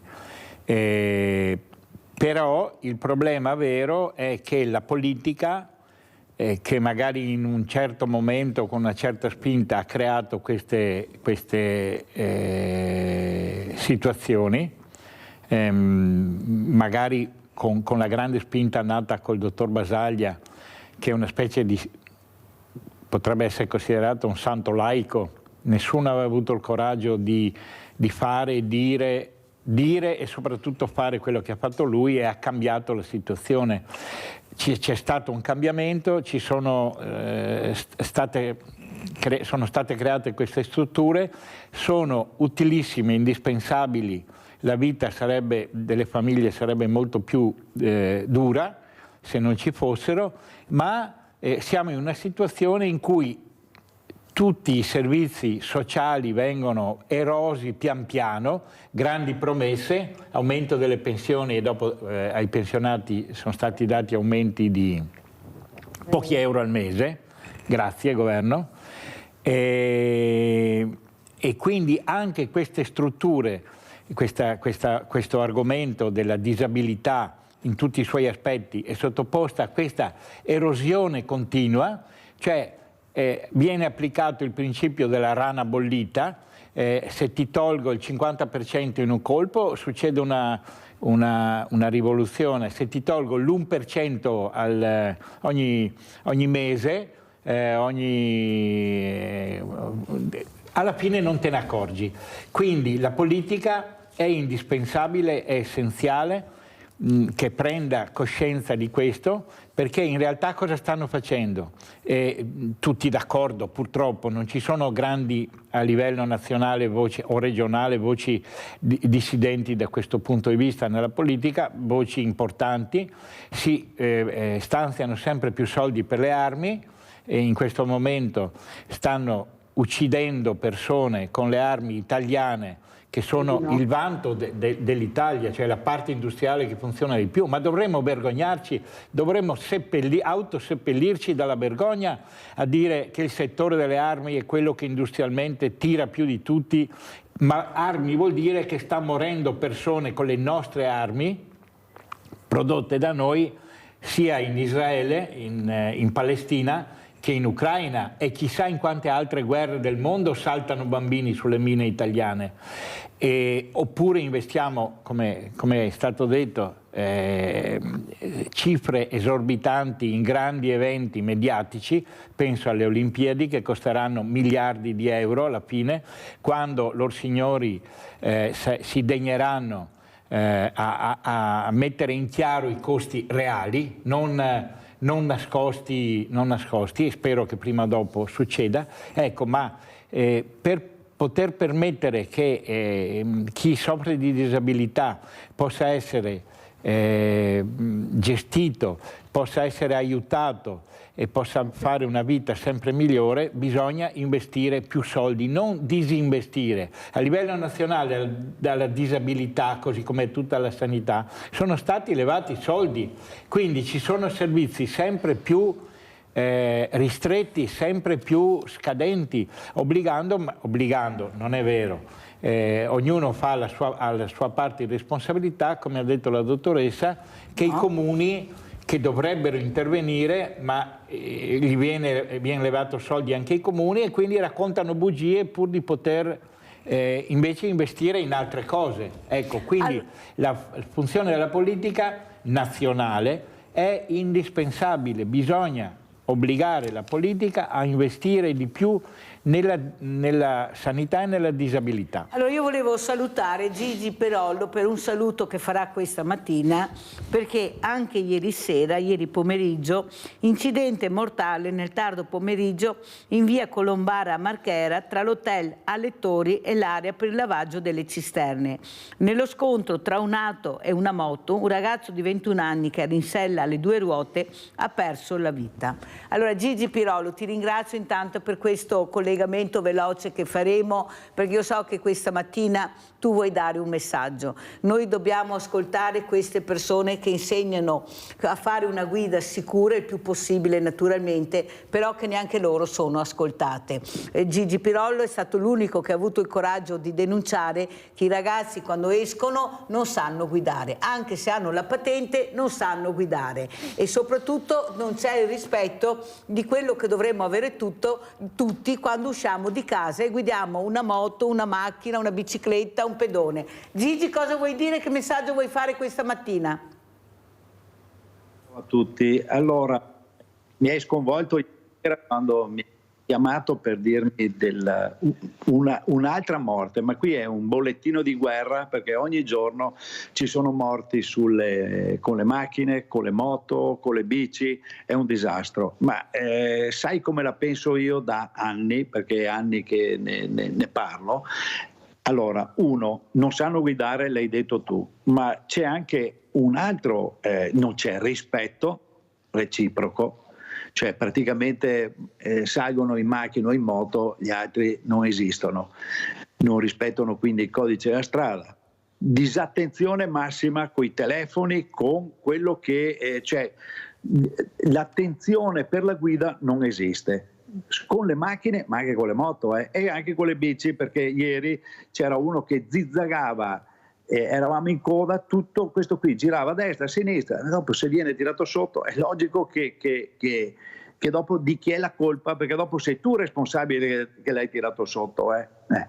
Moto, cosa ti ho detto l'altro giorno quando ci siamo parlati? Allora, vedere questi ragazzini che hanno 15, 16, 17 anni con queste moto, che le impennano così, non sanno guidare, perché non sanno guidare, a 16 anni sono pochi quelli che sanno guidare veramente, impennano le moto, casco messo male, casco perché non lo allacciano, perché è un optional allacciare il casco, e poi succede l'incidente, ti superano a destra, si supera a sinistra. Vuoi dirmi cosa succede se andiamo avanti di questo passo? Allora io chiedo a tutti un po' di responsabilità, ma anche responsabilità da parte di chi insegna, perché devono essere più severi, cioè non passare la patente perché devono passarla. Se non sai guidare, non devi avere la patente. Le distanze di sicurezza che io dico che devono essere rispettate, andate in giro come giro io tanto, non vengono mai rispettate, mai. E se io mi tengo un po' distante dalla macchina che mi precede, che cosa succede? Che quello dietro dice ma guarda, e mi passa davanti. Il mio lavoro è quello di insegnare, d'accordo? Ma corro anche in macchina come professionista con le corse in macchina. Bene, io so benissimo che cosa vuol dire andare a 50 all'ora o a 70 all'ora. Attenzione che andare a 70 all'ora non è che arrivi un'ora prima, arrivi qualche minuto prima. Quindi se io, visto che faccio anche la regolarità, la chiamiamo regolarità, che cosa faccio? Parto prima, parto 3 minuti prima, 5 minuti prima, ma vado via con più tranquillità. Siamo ossessionati da telefonino. Adesso c'è la nuova legge, ma sono curioso di vedere quanti useranno il Bluetooth della macchina, perché ancora adesso che io giro vedo tanta gente che hanno macchine da 100.000 euro col telefono in mano. Ma usate sto benedetto Bluetooth. Sai come la penso io, Mirella, che sono abbastanza severo su questi discorsi, quindi vediamo. Spero che il mio appello sia capito non solo dagli utenti, ma anche dalle scuole guida e anche dallo Stato, perché polizia e carabinieri loro cercano di fare, ma sono pochi, troppo pochi, dovrebbero essercene moltiplicato 100. Allora, grazie a Gigi Pirolo di essere stato con noi, so che ci devi lasciare, ma ti ringrazio per questo messaggio, perché bisogna sempre parlarne. Grazie Gigi, grazie. Sentiamo. Grazie. Ciao. Paola da Padova, vai Paola. Sì, ciao Mirella, buongiorno ai tuoi ospiti e a tutti quelli che sono in ascolto. Ma il signore che ci ha appena salutato ha perfettamente ragione, che vuole responsabilità molta anche da parte dei pedoni, biciclette eccetera, perché veramente sono folli, cuffiette in testa, occhi sul telefono, niente traversa di corsa e ai mamma. E però c'è anche l'altro problema, che continuano a aumentare il cemento in vie strette, strettissime, di conseguenza dove c'era la villetta con una macchina, 14-15 appartamenti, 30 macchine e via di sto passo. E a questo proposito, che saluto anche il tuo ospite che hai a fianco e che approfitto per far salutare Michele Boato, e ci aspettavamo, tra le tante cose che fa Michele Boato, anche che battesse un po' più il tasto su questo aumento di cemento, su questo disastro sugli alberi che vengono ovviamente a far posto al cemento, che questo aumenta anche il traffico, quindi morti eccetera. Però se mi permetti volevo anche dire un'altra cosa. A proposito, quel signore che è morto sul garage, 53 anni, cioè è veramente cioè un disastro per tutti, che continua a succedere queste robe. Quindi non lo so, questi centri sociali, era stato sfrattato, dicono, da uno Global, ma no global o no global? Non è il privato che deve ovviamente sopperire a queste cose, il pubblico che chiediamo una barca di skate. E poi ecco, l'attenzione del pubblico la vedo abbastanza, non molto, sugli stranieri, ma che se mancano gli altri italiani, forse perché non protestiamo, forse perché non battiamo i piedi. E questo è veramente umiliante, perché queste persone, non parlo neanche del mio caso, perché tanto l'ho già detto, io ormai sono una reclusa a vita, eppure tutti se ne frega, passo anche un mese senza poter uscire di casa, ma tanto già l'importante per Padova è il cemento, il tram, quasi un milione di euro spesi, però per i cittadini non c'è nulla. Ultima cosa, io sono a Padova, quindi la grande sanità padovana che esiste, però nel pubblico non si è neanche considerati.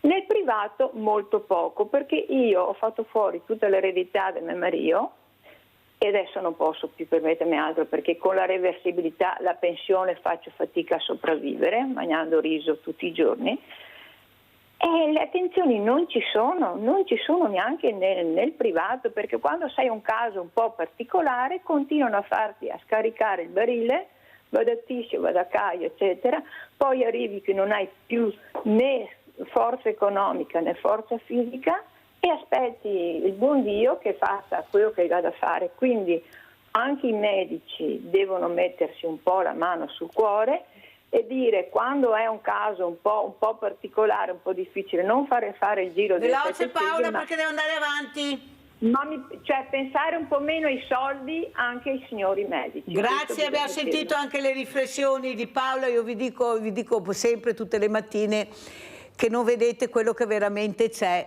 vedete solo quello che vi vogliono far vedere, invece c'è una realtà che io invece vi faccio vedere. Dottoressa Calabrese, quello che però traspare è questa solitudine che regna sovrana, questa solitudine, specialmente se hai qualche patologia, ti va a fare fuori di testa, perché come ha detto e ha spiegato molto bene lei, ricordando questa meraviglia di ragazzo Michele, qualcuno non ascoltava, invece l'ascolto è fondamentale.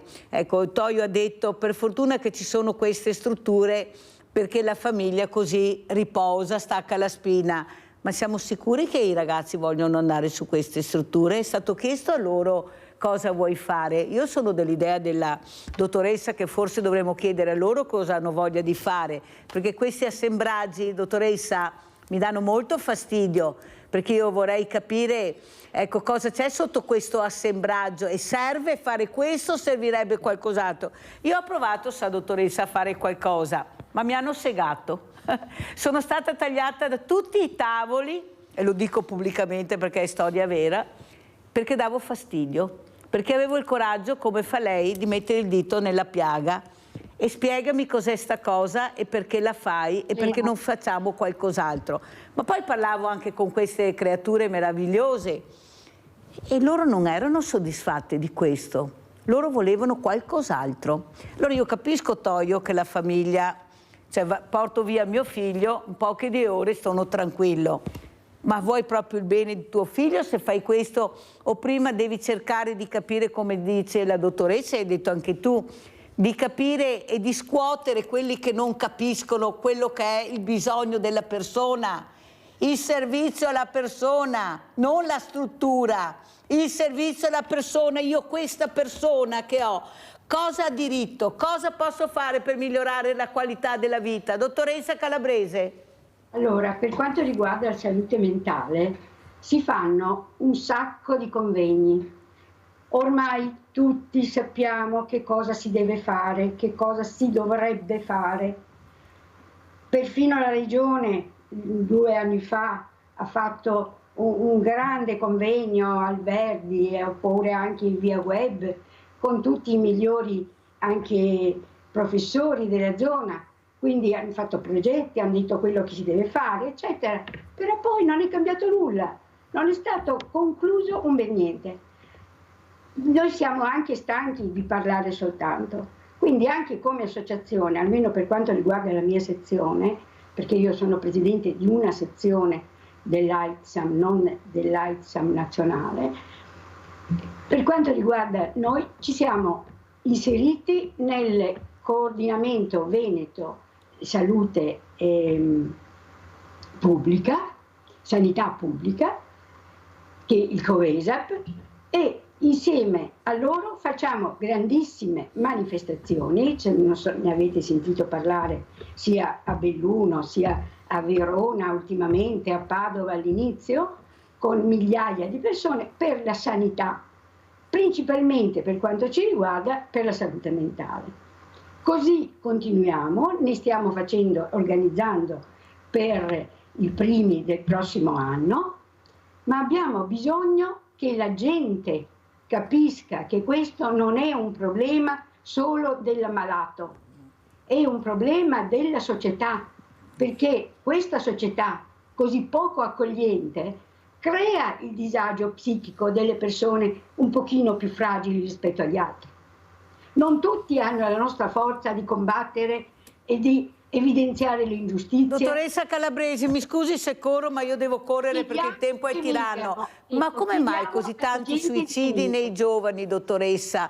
Tutte queste morti, ma nessuno sapeva, non si manifestava, era sereno, tranquillo, faceva sport, andava bene a scuola e poi ci ritroviamo con queste persone che si tolgono la vita. E se non si tolgono la vita, uccidono gli altri. Ecco, Filippo Turetta e altri sono gli esempi. Però i segnali c'erano, è qua che voglio la dottoressa Calabrese. I segnali c'erano tutti. Perché? Perché Giulia aveva parlato con le amiche, si conosceva che c'era questo problema, certi atteggiamenti anche in casa erano noti, però chi va mai a pensare che questa persona dia 70 coltellate alla persona che gli ha detto di amare e di voler bene?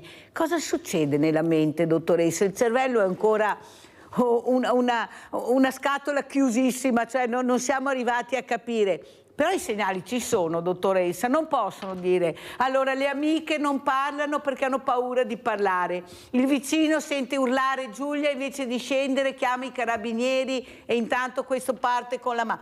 Cioè c'è qualcosa che non torna nei conti, è proprio questa chiusura mentale che abbiamo anche noi, che non vogliamo vedere e sentire perché dobbiamo metterci in gioco. Prego, dottoressa. Penso che sia questo. Certo, alcune situazioni sono anche difficili da individuare, a volte sembrano piccole cose, sembra questione di carattere, eccetera, ma Giulia l'aveva capito, l'aveva indirizzato dallo psicologo, si fa sempre così, invece dovrebbe essere una cosa generalizzata, la psichiatria non dovrebbe essere cioè la parte patologica, si deve aver cura della salute mentale, che riguarda tutti, il ragazzo, il bambino, quando cresce. Che ragazzo era Turetta? Non lo sappiamo. Cioè la mente si forma, il cervello, come ho imparato, io non sono un medico, quindi ho solo ascoltato molte persone tecniche, eccetera. Il cervello è plastico, cioè assorbe l'ambiente, assorbe le situazioni, quindi si forma.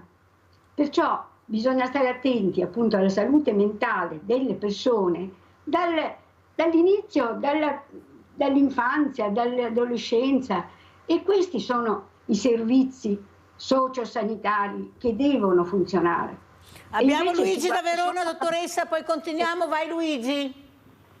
Sempre complimentissimi Mirella, buongiorno. Buongiorno. Sì, avete toccato degli argomenti molto, cerco di essere sintetico, qui problematiche, sicurezza stradale, mancanza di rispetto, assolutamente sì, perché rimane sempre il problema principale.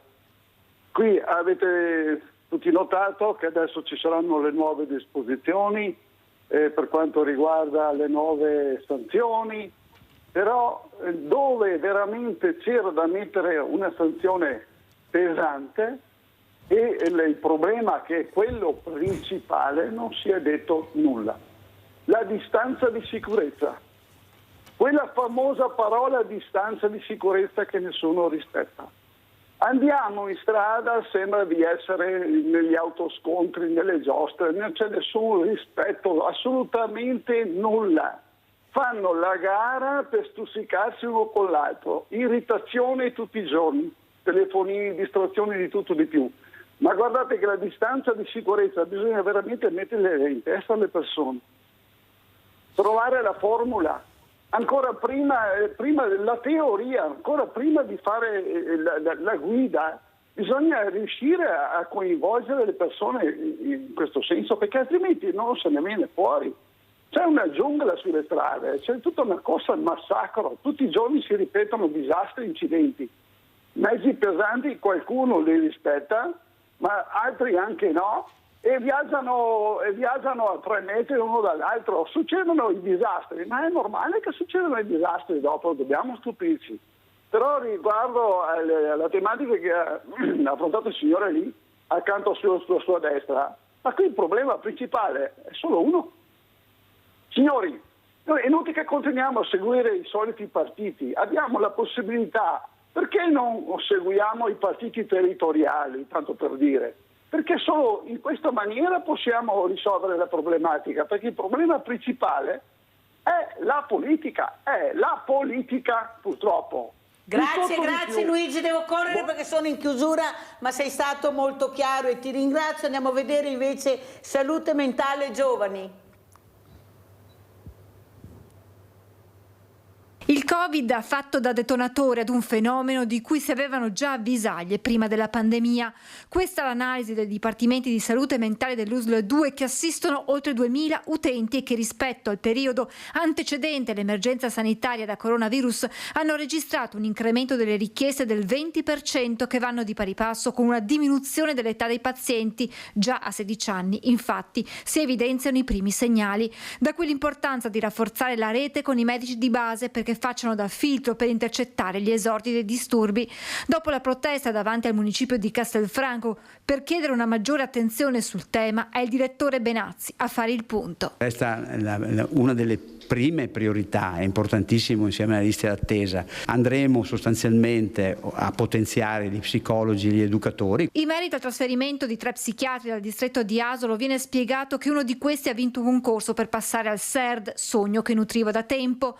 Una dottoressa invece su richiesta della regione si occuperà di salute mentale a Venezia e un terzo per motivi familiari ha chiesto il trasferimento al distretto di Treviso. Attualmente all'appello mancano una ventina di psichiatri nei territori dell'ULSS 2, carenza alla quale si darà risposta grazie al lavoro di educatori e psicologi, una trentina quelli in graduatoria che saranno assunti, figure che dopo la diagnosi dello specialista porteranno avanti il percorso di recupero e reinserimento nella società del paziente. È il progetto di vita avviato dall'azienda trevigiana. Rilevare quelli che sono i bisogni dell'utente e nel costruire quindi un progetto terapeutico individualizzato a seconda di quelli che rileviamo siano le aree da dover curare e soprattutto riabilitare. Un progetto terapeutico individualizzato cucito come un abito sartoriale in base al paziente e alle sue abilità, che vede fianco a fianco psichiatri, psicologi, educatori, infermieri, assistenti sociali, volontari e associazioni dei familiari. Passa attraverso l'inclusione, quindi il recupero delle abilità operative, la capacità lavorativa e tra queste anche l'autonomia abitativa. Le parole sono parole importanti, il problema è che oltre alle parole bisognerebbe agire. Allora, dottoressa Calabrese, come ci saluta, cosa vuole dire dopo aver visto questo servizio? È un appello alle persone, a tutti noi, di seguire la salute mentale perché è fondamentale per far andare avanti in questa società, perché ormai ci riguarda tutti. Però, dottoressa, quello che però ha detto anche Toio Sarvoianni è che bisogna vedere dove tu vuoi investire le risorse. Ecco, se vuoi il bene della tua comunità, che vuoi dare servizi a questa comunità, o se per te, come ho detto prima, il business è un altro, ha ragione Luigi da Verona. È la politica che deve intervenire, noi non possiamo fare, non siamo nella stanza dei bottoni, inutile che ce la giriamo. Il mondo del volontariato mette le pezze dove la politica non le mette, ma se non ci fosse il mondo del volontariato, cosa avrebbero fatto tutte queste persone? Ecco, che ritroviamo ancora morti in casa, il freddo nei garage, come avete sentito, perché c'è la paura di intervenire o di dire mi vergogno. Bisogna prevenire prima, bisogna prevenire quando ci sono dei segnali, con le sentinelle, con la partecipazione che c'era una volta, la comunità che vede che sei in disagio, che ti ferma. Per questo ragazzino che ho intervistato, dottoressa Calabrese, che ho portato in questa gita meravigliosa a Venezia, quando gli ho dato il microfono ha detto: io spero che quando mi trovate per strada venite a salutarmi, ad abbracciarmi. Ecco, voi dovete venire a salutarmi, ad abbracciarmi. Capite che loro vogliono questo? Vogliono sentirsi partecipi della società, come ha detto la dottoressa Calabrese. Toio, no esclusi, perché mi vergogno di portare fuori mio figlio o non lo lascio andare in nessun porto perché non mi fido, ho paura. Ho paura di chi hai paura? Di te stesso, che non accetti di avere questo figlio. Ecco, questo è il problema. Tu, genitore, non hai ancora accettato la parola diverso, non lo accetti, e perciò non accettandola metti tuo figlio da una parte.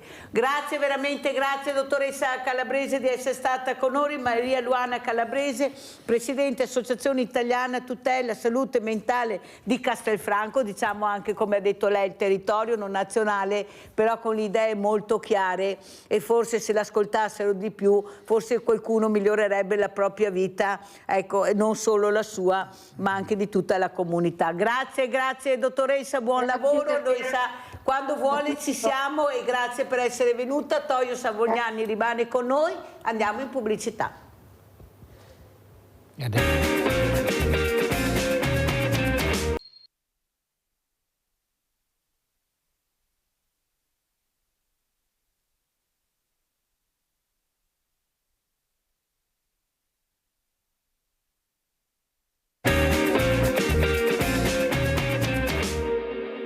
Dopo 3 anni di inattività a causa del Covid, torniamo quest'anno ad esporre a Caro Began. La splendida sede espositiva di Caro Began in via Canova a Treviso torna ad accogliere la mostra dei Kilt, che segna la sua 26esima edizione. Manufatti in stoffa, realizzate con tecniche patchwork, un percorso di 50 opere allestito dall'associazione trevigiana Patchwork Idea, dal titolo Patchwork Arte Tessile, che racconta lavoro dopo lavoro il passaggio da hobby ad arte. La nostra mostra quest'anno è un po' variegata, nel senso che non abbiamo avuto un tema conduttore, però potete ammirare varie tecniche di lavorazione e vari tessuti, vari tipi di tessuti.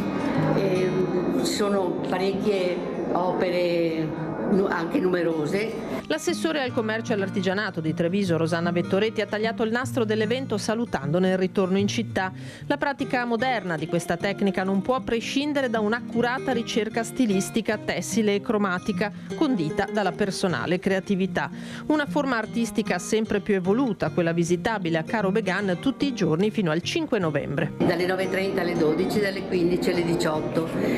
Invitiamo tutti a partecipare perché effettivamente è una cosa un po' originale per la nostra città.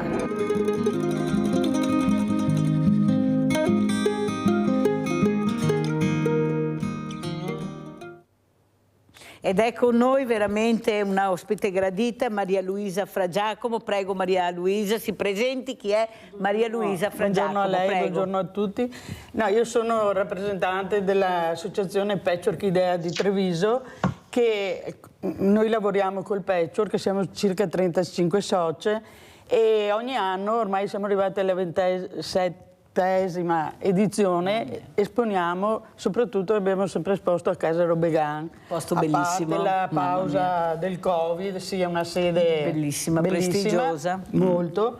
E siamo ospiti del Comune di Treviso, soprattutto dell'assessore De Gregorio alla cultura e della Fondazione Mazzotti, perché da 2 anni la Fondazione Mazzotti gestisce Casa Robegan, insomma. Molto importante. Sì. Allora, Maria Luisa Fragiacomo, questa passione quando nasce?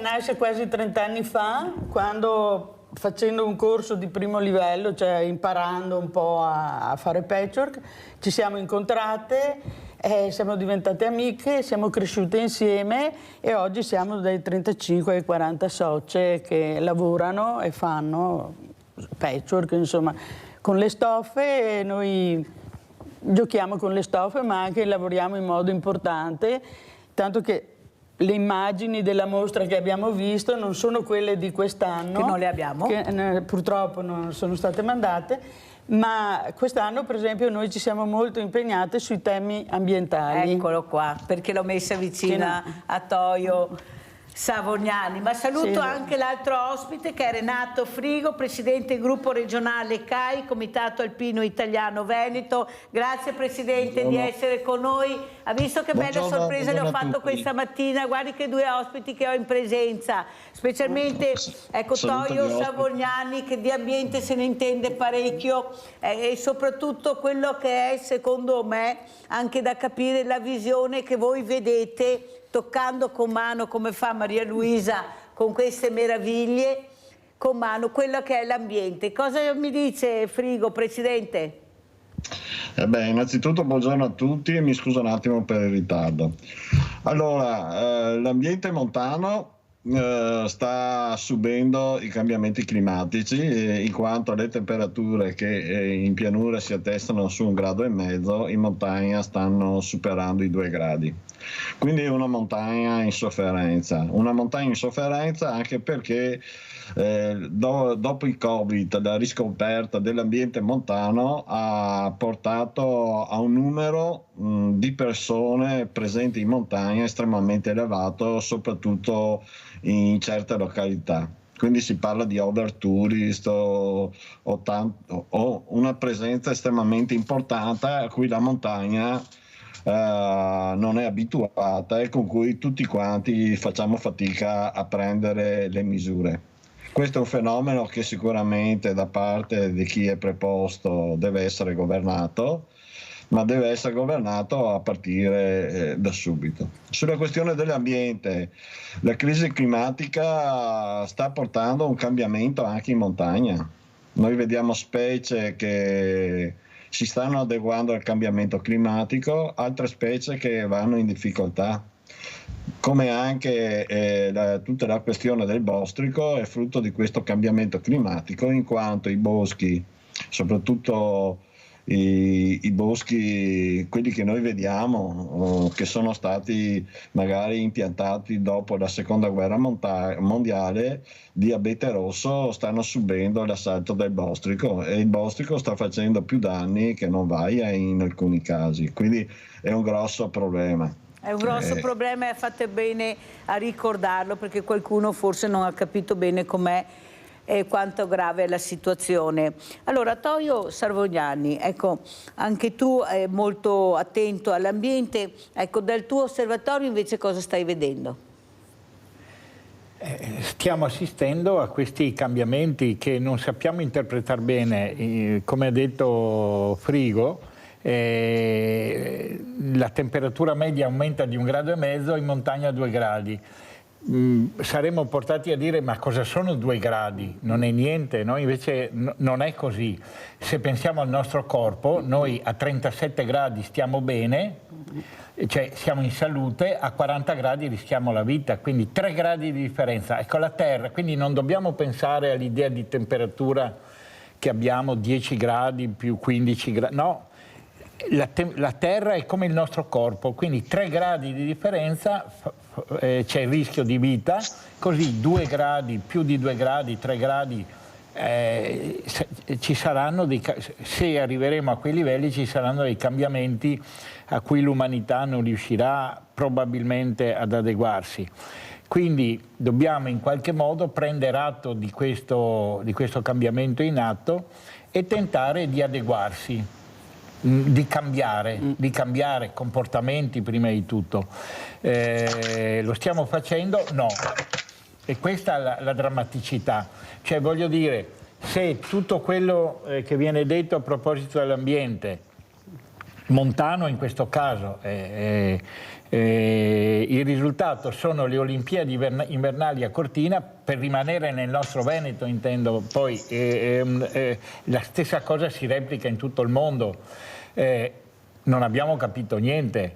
Se facciamo delle grandi conferenze mondiali sul cambiamento climatico e a chi le diamo da gestire, agli Emirati Arabi che producono il petrolio, e che tengono in scacco tutta la nostra economia per nostra scelta, non è colpa degli Emirati. Gli Emirati gli abbiamo dato gli strumenti per metterci in difficoltà, non abbiamo capito niente, quindi l'augurio che si può fare è che 30 anni fa a noi ambientalisti davano degli estremisti e dei matti. Anche adesso? Anche adesso, sì, ma si parla moltissimo di ambiente, si fanno le grandi conferenze internazionali, si fanno le leggi, i convegni, se ne parla sempre, ma si fa troppo poco. Quindi o riusciamo a fare o dovremmo sopportarne le conseguenze. Allora sentiamo anche cosa dice Maria Luisa Fragiacomo, che condivideva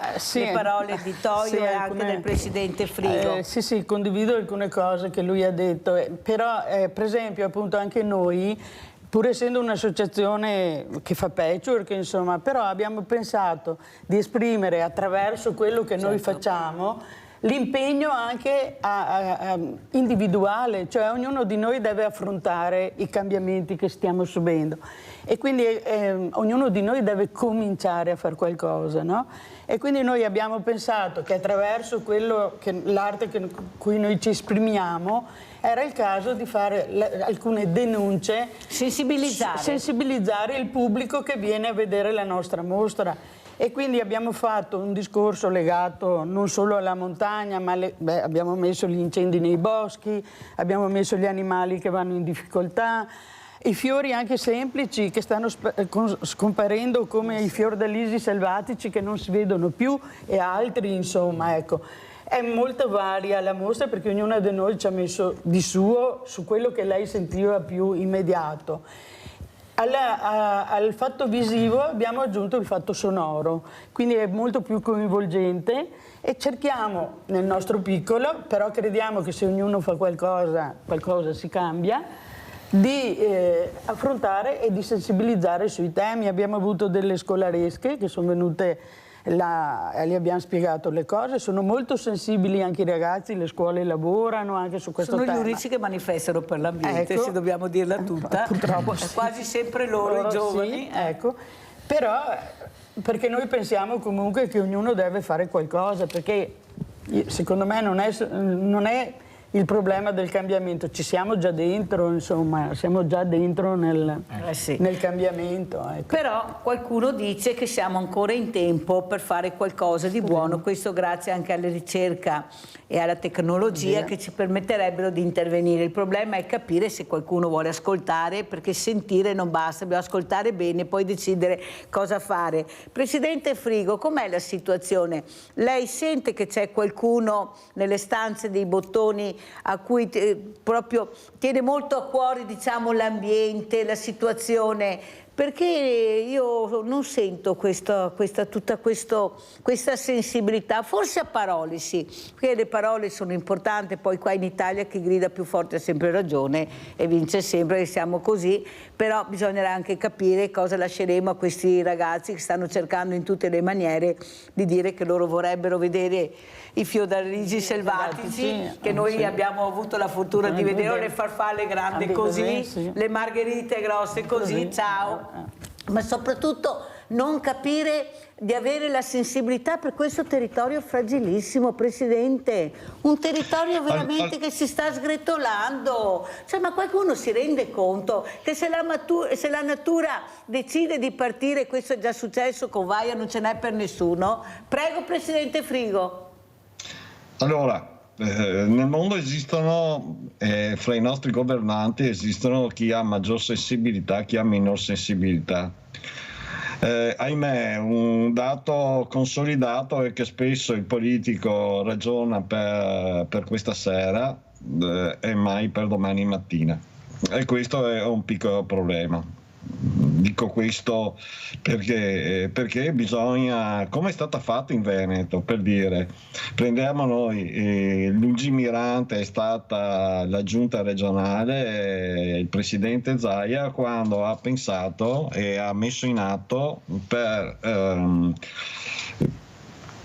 diminuire la pericolosità di queste grandi piogge che arrivano, ha messo in atto il fatto di fare degli sfoghi, fare questi serbatoi di contenimento dell'acqua, che sono state contrastate tantissimo, però poi alla fine si è visto che soprattutto magari a Vicenza ha salvato Vicenza almeno un paio di volte negli ultimi 3-4 anni.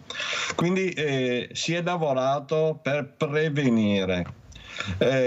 Il problema è questo: cosa noi vogliamo cambiare?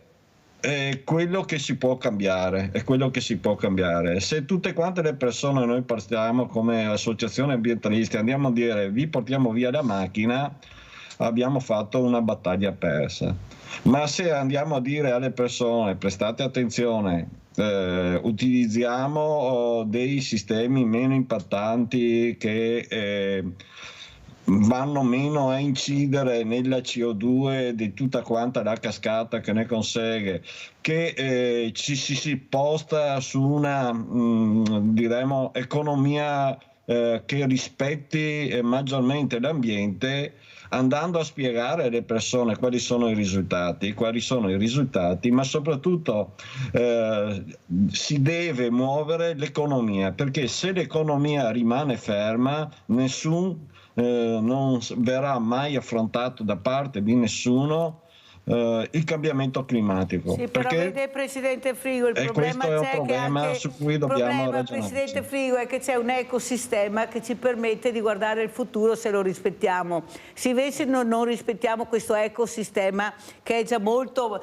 veramente in pericolo, noi non andremo da nessuna parte, perché prima o dopo ne pagheremo le conseguenze. Toglio Salvognani, come commenta le parole del Presidente Frigo? Non è facile. Stiamo parlando di problemi estremamente complessi e di cui conosciamo poco. Addirittura c'è anche chi mette in discussione che il cambiamento climatico sia dovuto solo all'attività umana. Ecco, io personalmente, quindi parlo a nome mio, ho raggiunto questa idea.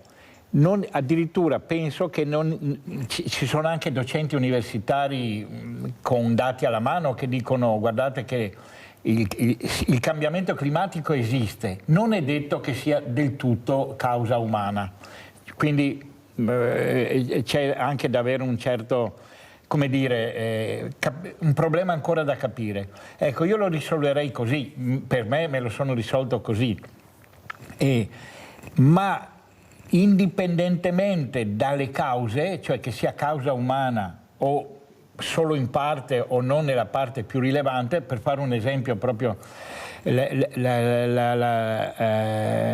grandi incendi che sono avvenuti e forse stanno avvenendo ancora, non ne sappiamo, non girano queste notizie, in Siberia, hanno prodotto, quando erano in corso, 100 volte più anidride carbonica dell'attività umana, per dire, se un calcolo così. Ma indipendentemente da questo dovremmo fare qualcosa, che sia causa umana o non causa umana, dovremmo intervenire. Ma credo che dovremmo partire da ognuno di noi. Anch'io ho cercato di dare una risposta personale a questa cosa.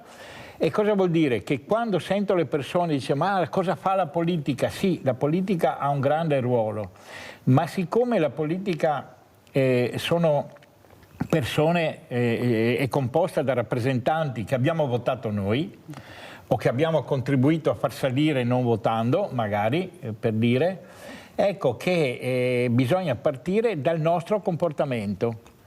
Claudio da Marano Vicentino, se non cade la linea poi continuiamo, vai Claudio. Sì, buongiorno a tutti. Buongiorno. Voglio ricordare il sistema svizzero, il sistema di trasporto dei materiali, cioè prendono i camion, li mettono in cima ai treni. Per esempio noi siamo uno stato lungo 1200 km, attualmente chissà quanti camion stanno arrivando magari da Bari in su qua e ogni motore butta fuori un sacco di anidride carbonica. Non so se avete mai guardato bene gli scarichi degli autoarticolati. Bisogna trovare il sistema per fare come gli svizzeri, mettere i camion d'autotrasporto in cima ai treni, che allora il treno viaggia a corrente oppure viaggia con un motore solo e lì è un guadagno enorme per quanto riguarda sia chi lavora come autotrasportatore, perché consuma meno gasolio, perché c'è sempre il discorso che le perdite di calore dovute anche, diciamo così, alle combustioni in più, non è che se io adesso ho 2 motori che vanno e un altro motore, cioè si risparmia, e il risparmio è che funziona una sola motrice o 2 motrici e portano su tutto o portano in giù tutto. Grazie Claudio, devo andare avanti, se no non ce la faccio, ma sei stato molto chiaro con le tue riflessioni, dopo ognuno a casa fa naturalmente le sue, il problema è che c'è anche una biodiversità da rispettare. Noi veramente ne parliamo pochissimo perché biodiversità vuol dire soprattutto rispetto per l'ambiente, ma questo dà fastidio perché non ti permette di fare quello che vuoi fare perché la devi togliere e questo dà fastidio. Va sia nel bene che nel male. Io sono dell'idea che forse spiegassero bene, ma molto bene, ai cittadini che sono attenti invece, attenti, sensibili, competenti, forse le cose andrebbero diversamente e non ci sarebbero né i no né i sì, ma ci sarebbe solo la voce capire. Io voglio capire, ma non viene spiegato o pochissimo. Allora la sensibilità invece che ha Maria Luisa Fra Giacomo è quella che ha spiegato di queste donne che hanno capito l'importanza di sensibilizzare, anche con questi lavori importanti. Andate a vedere questa mostra a Caro Began perché è bellissima, andate a vederla, soprattutto per sensibilizzare. Certo, prego. Perché questo lo dico anche a livello personale, io credo che i cambiamenti si fanno anche personali. Come dice Toio. Come dice lui, cioè non risolveranno tutti i problemi, ma se tutti insieme facciamo qualcosa forse risolviamo. Io credo che lavorando insieme si può anche combattere questo cambiamento. Ecco, noi abbiamo cercato di fare questo, di dire a modo nostro, con le nostre forze, che vorremmo rivedere i pinguini che stanno bene dove sono, l'orso polare che non ha il problema che il ghiaccio si scioglie, il mare che ci sono i coralli che stanno morendo, ma gli argomenti sono tantissimi, la farfalla monarca che non riesce a riprodursi perché tagliano l'Amazzonia. Questi sono un po' i temi che ci sono nella nostra mostra, le tartarughe che finiscono male, cioè non saranno cose così, però sono comunque una piccola, anche una grande denuncia, insomma, che bisogna fare qualcosa. Però Maria Luisa Fra Giacomo, il problema è capire se si vuole sentire, perché ad esempio in Regione è passata l'insalata sulla busta di plastica. Ho capito. Ecco, non si parla di plastica biodegradabile. Capite che ci sono, perché la tecnologia fortunatamente abbinata alla ricerca va avanti, cioè ti permetterebbe ma costa sempre troppo, dove investo? No, perché tu compri con 5 euro una cassa di insalata e con 5 euro prendi una bustina di insalata, così bisogna vedere dove sta il business, è là il problema grande. Abbiamo Monica da Paese, vai Monica. Ciao a tutti i vostri ospiti, buona giornata. Allora, per quanto riguarda l'ecosistema e tutto quello che riguarda l'ecosistema, l'inquinamento, allora ci sono tanti fattori purtroppo determinanti. Intanto abbiamo tante macchine che inquinano, poi i gas serra, vi voglio ricordare i gas serra dovuti agli allevamenti intensivi. Nessuno ne parla, però lo vorrei ribadire questa cosa qui. In Lombardia hanno fatto un test da quanti gas serra vengono emanati dagli allevamenti, hanno dovuto ricambiare il sistema lì perché purtroppo la gente non riesce più a vivere. Da quanto inquinamento c'è intensivo dovuto al gas serra degli animali e nessuno ne parla. Poi purtroppo abbiamo tanti come si dicono, tanti macchine, furgoni, tante cose che inquinano purtroppo, che sono molto inquinanti. Gli aerei, vorrei ricordare, gli aerei sono molto inquinanti. E per quanto riguarda gli animali, se andiamo avanti così si estingueranno tutti. E poi cosa racconteremo ai vostri nipoti, Molto bambini? chiara Monica, grazie Monica, devo correre questa mattina perché vedete sempre tanti ospiti, ma dobbiamo sentire un po' tutti perché è giusto dare l'ascolto a tutti. Allora Presidente, domenica hanno detto che nevicherà.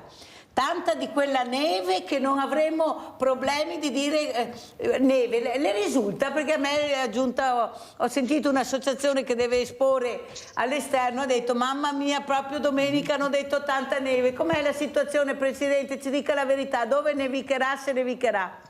Questa no, non svolgo ancora ma sapete, voi sapete, però... dai Presidente. Allora, le dirò quanta neve c'è quando lunedì mattina, quando è finito di nevicare. Prima. Allora pensa che sicuro nevicherà allora intanto, perché se bisogna la neve vuol dire che nevicherà. Prego Presidente, com'è la situazione? Perché stiamo avvicinandosi al periodo invernale, ferie, vacanze, sciare, passeggiare, prego. Allora, le previsioni del tempo sono valide entro 3 giorni. Già il quarto cominciano a dire qualcosa. Allora, io mi auguro che cada la neve, perché la neve per le persone che lavorano in montagna durante le vacanze di Natale è una risorsa enorme, economica enorme, e quindi gira una parte dell'economia, e l'economia degli sci è un'economia importante per l'Italia, che possiamo essere o non essere d'accordo sullo sci, però questa risvolge un ruolo economico importante, e questo è il primo dato. Sulla questione della neve, ce ne sarà, come stiamo toccando con mano, ce ne sarà sempre meno, nel senso che vi saranno sì delle nevicate, queste vengono già previste da parte degli esperti di clima, però la neve al suolo non avrà la durata che noi abbiamo avuto, perché già la durata in alcune, soprattutto in montagna, è diminuita del 35% la durata della neve al suolo, e questo è un problema, e questo è un grosso problema. È importante che ci sia la neve, perché la neve vuol dire durante l'inverno lavoro per le persone, e durante la primavera vuol dire acqua per la pianura. Non dimentichiamoci che abbiamo un grossissimo problema d'acqua, abbiamo un grossissimo problema.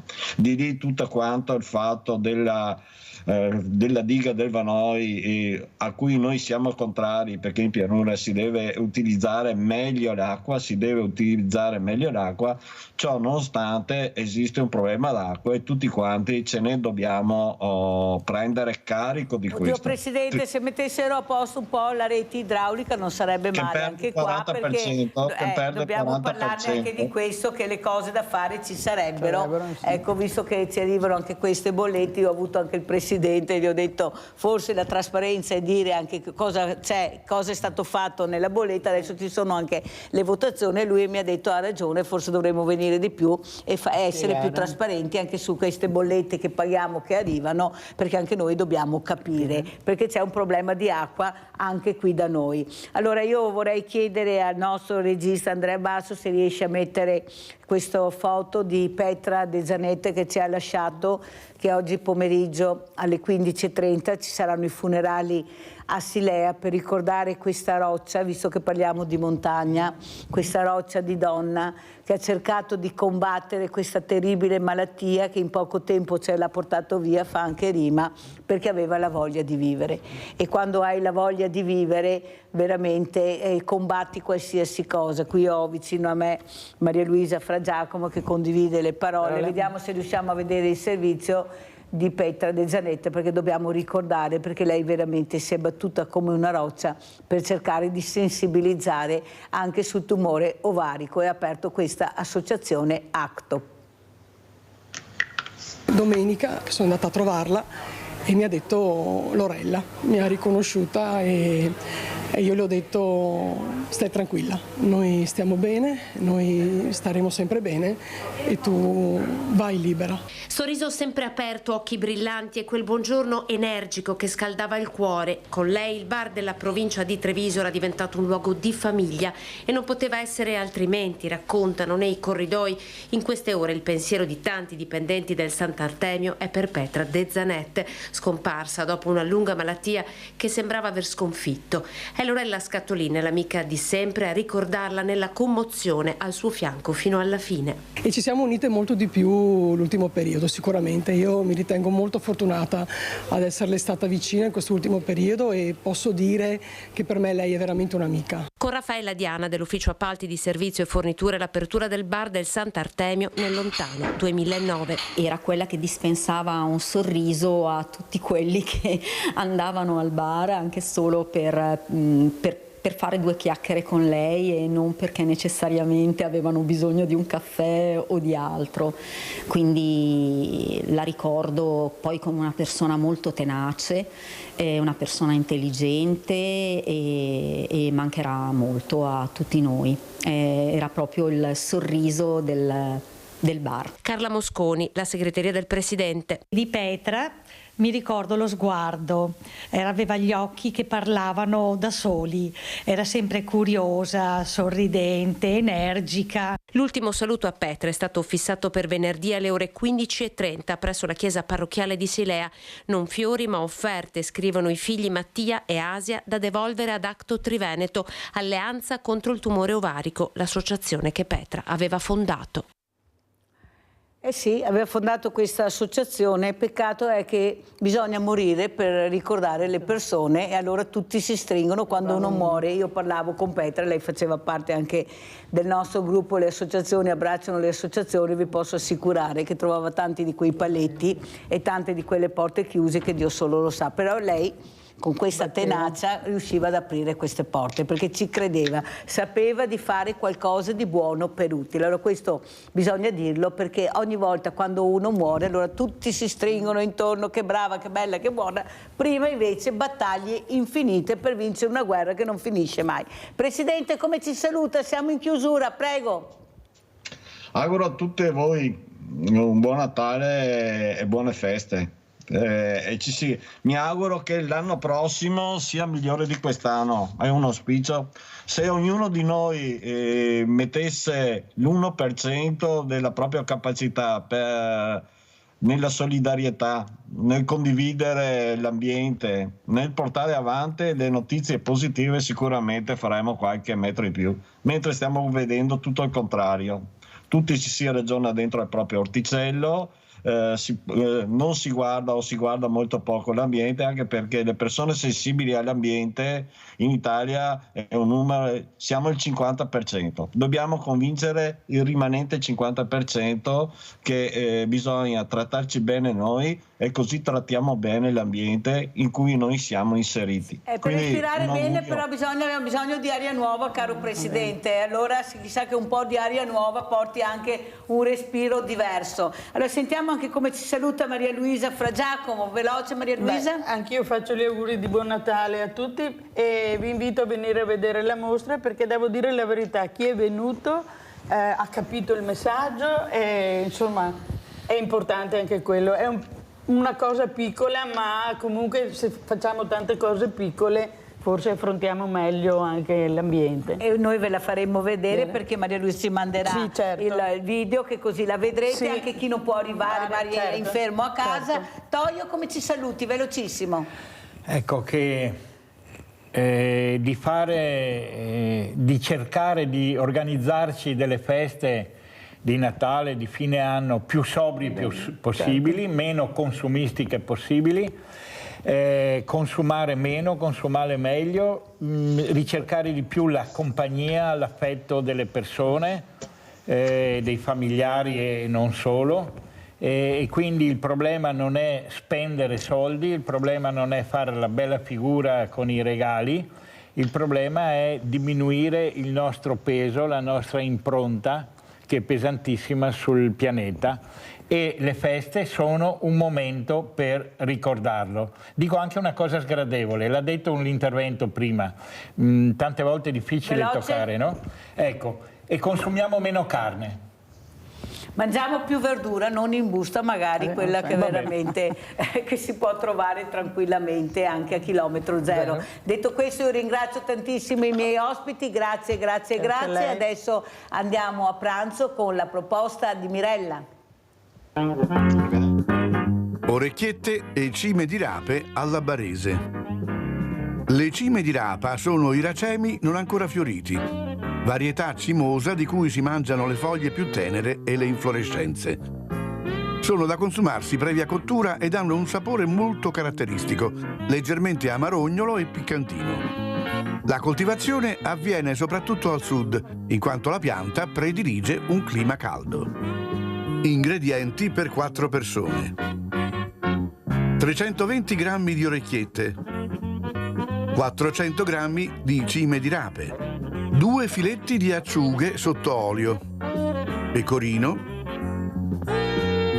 aglio, olio extravergine d'oliva, sale, pepe.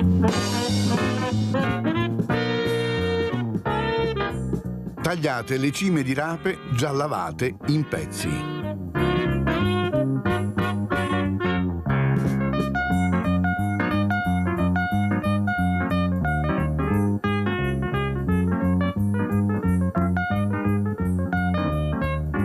Tagliate a pezzetti le acciughe.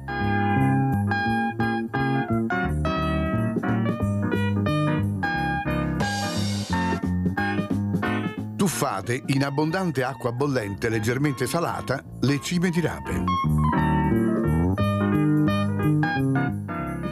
Mettete in una padella qualche cucchiaiata di olio e in esso fate soffriggere uno spicchio di aglio. Appena l'aglio avrà preso colore, eliminatelo e mettete le acciughe tritate.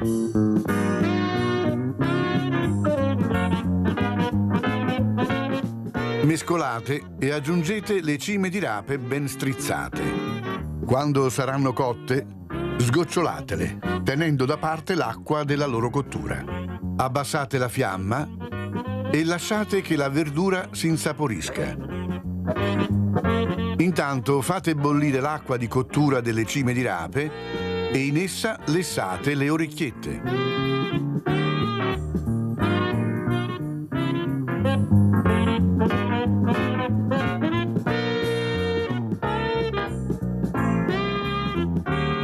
Le orecchiette, levatele al dente, scolatele e mettetele nella padella della verdura e lasciate insaporire.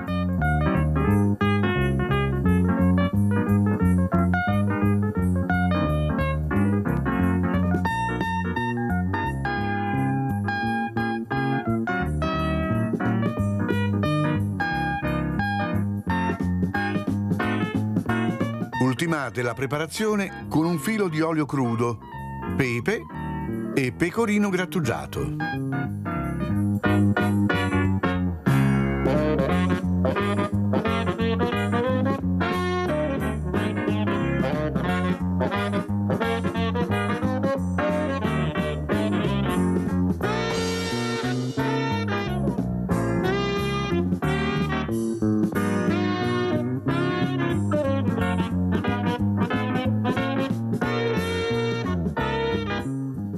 Servite e buon appetito!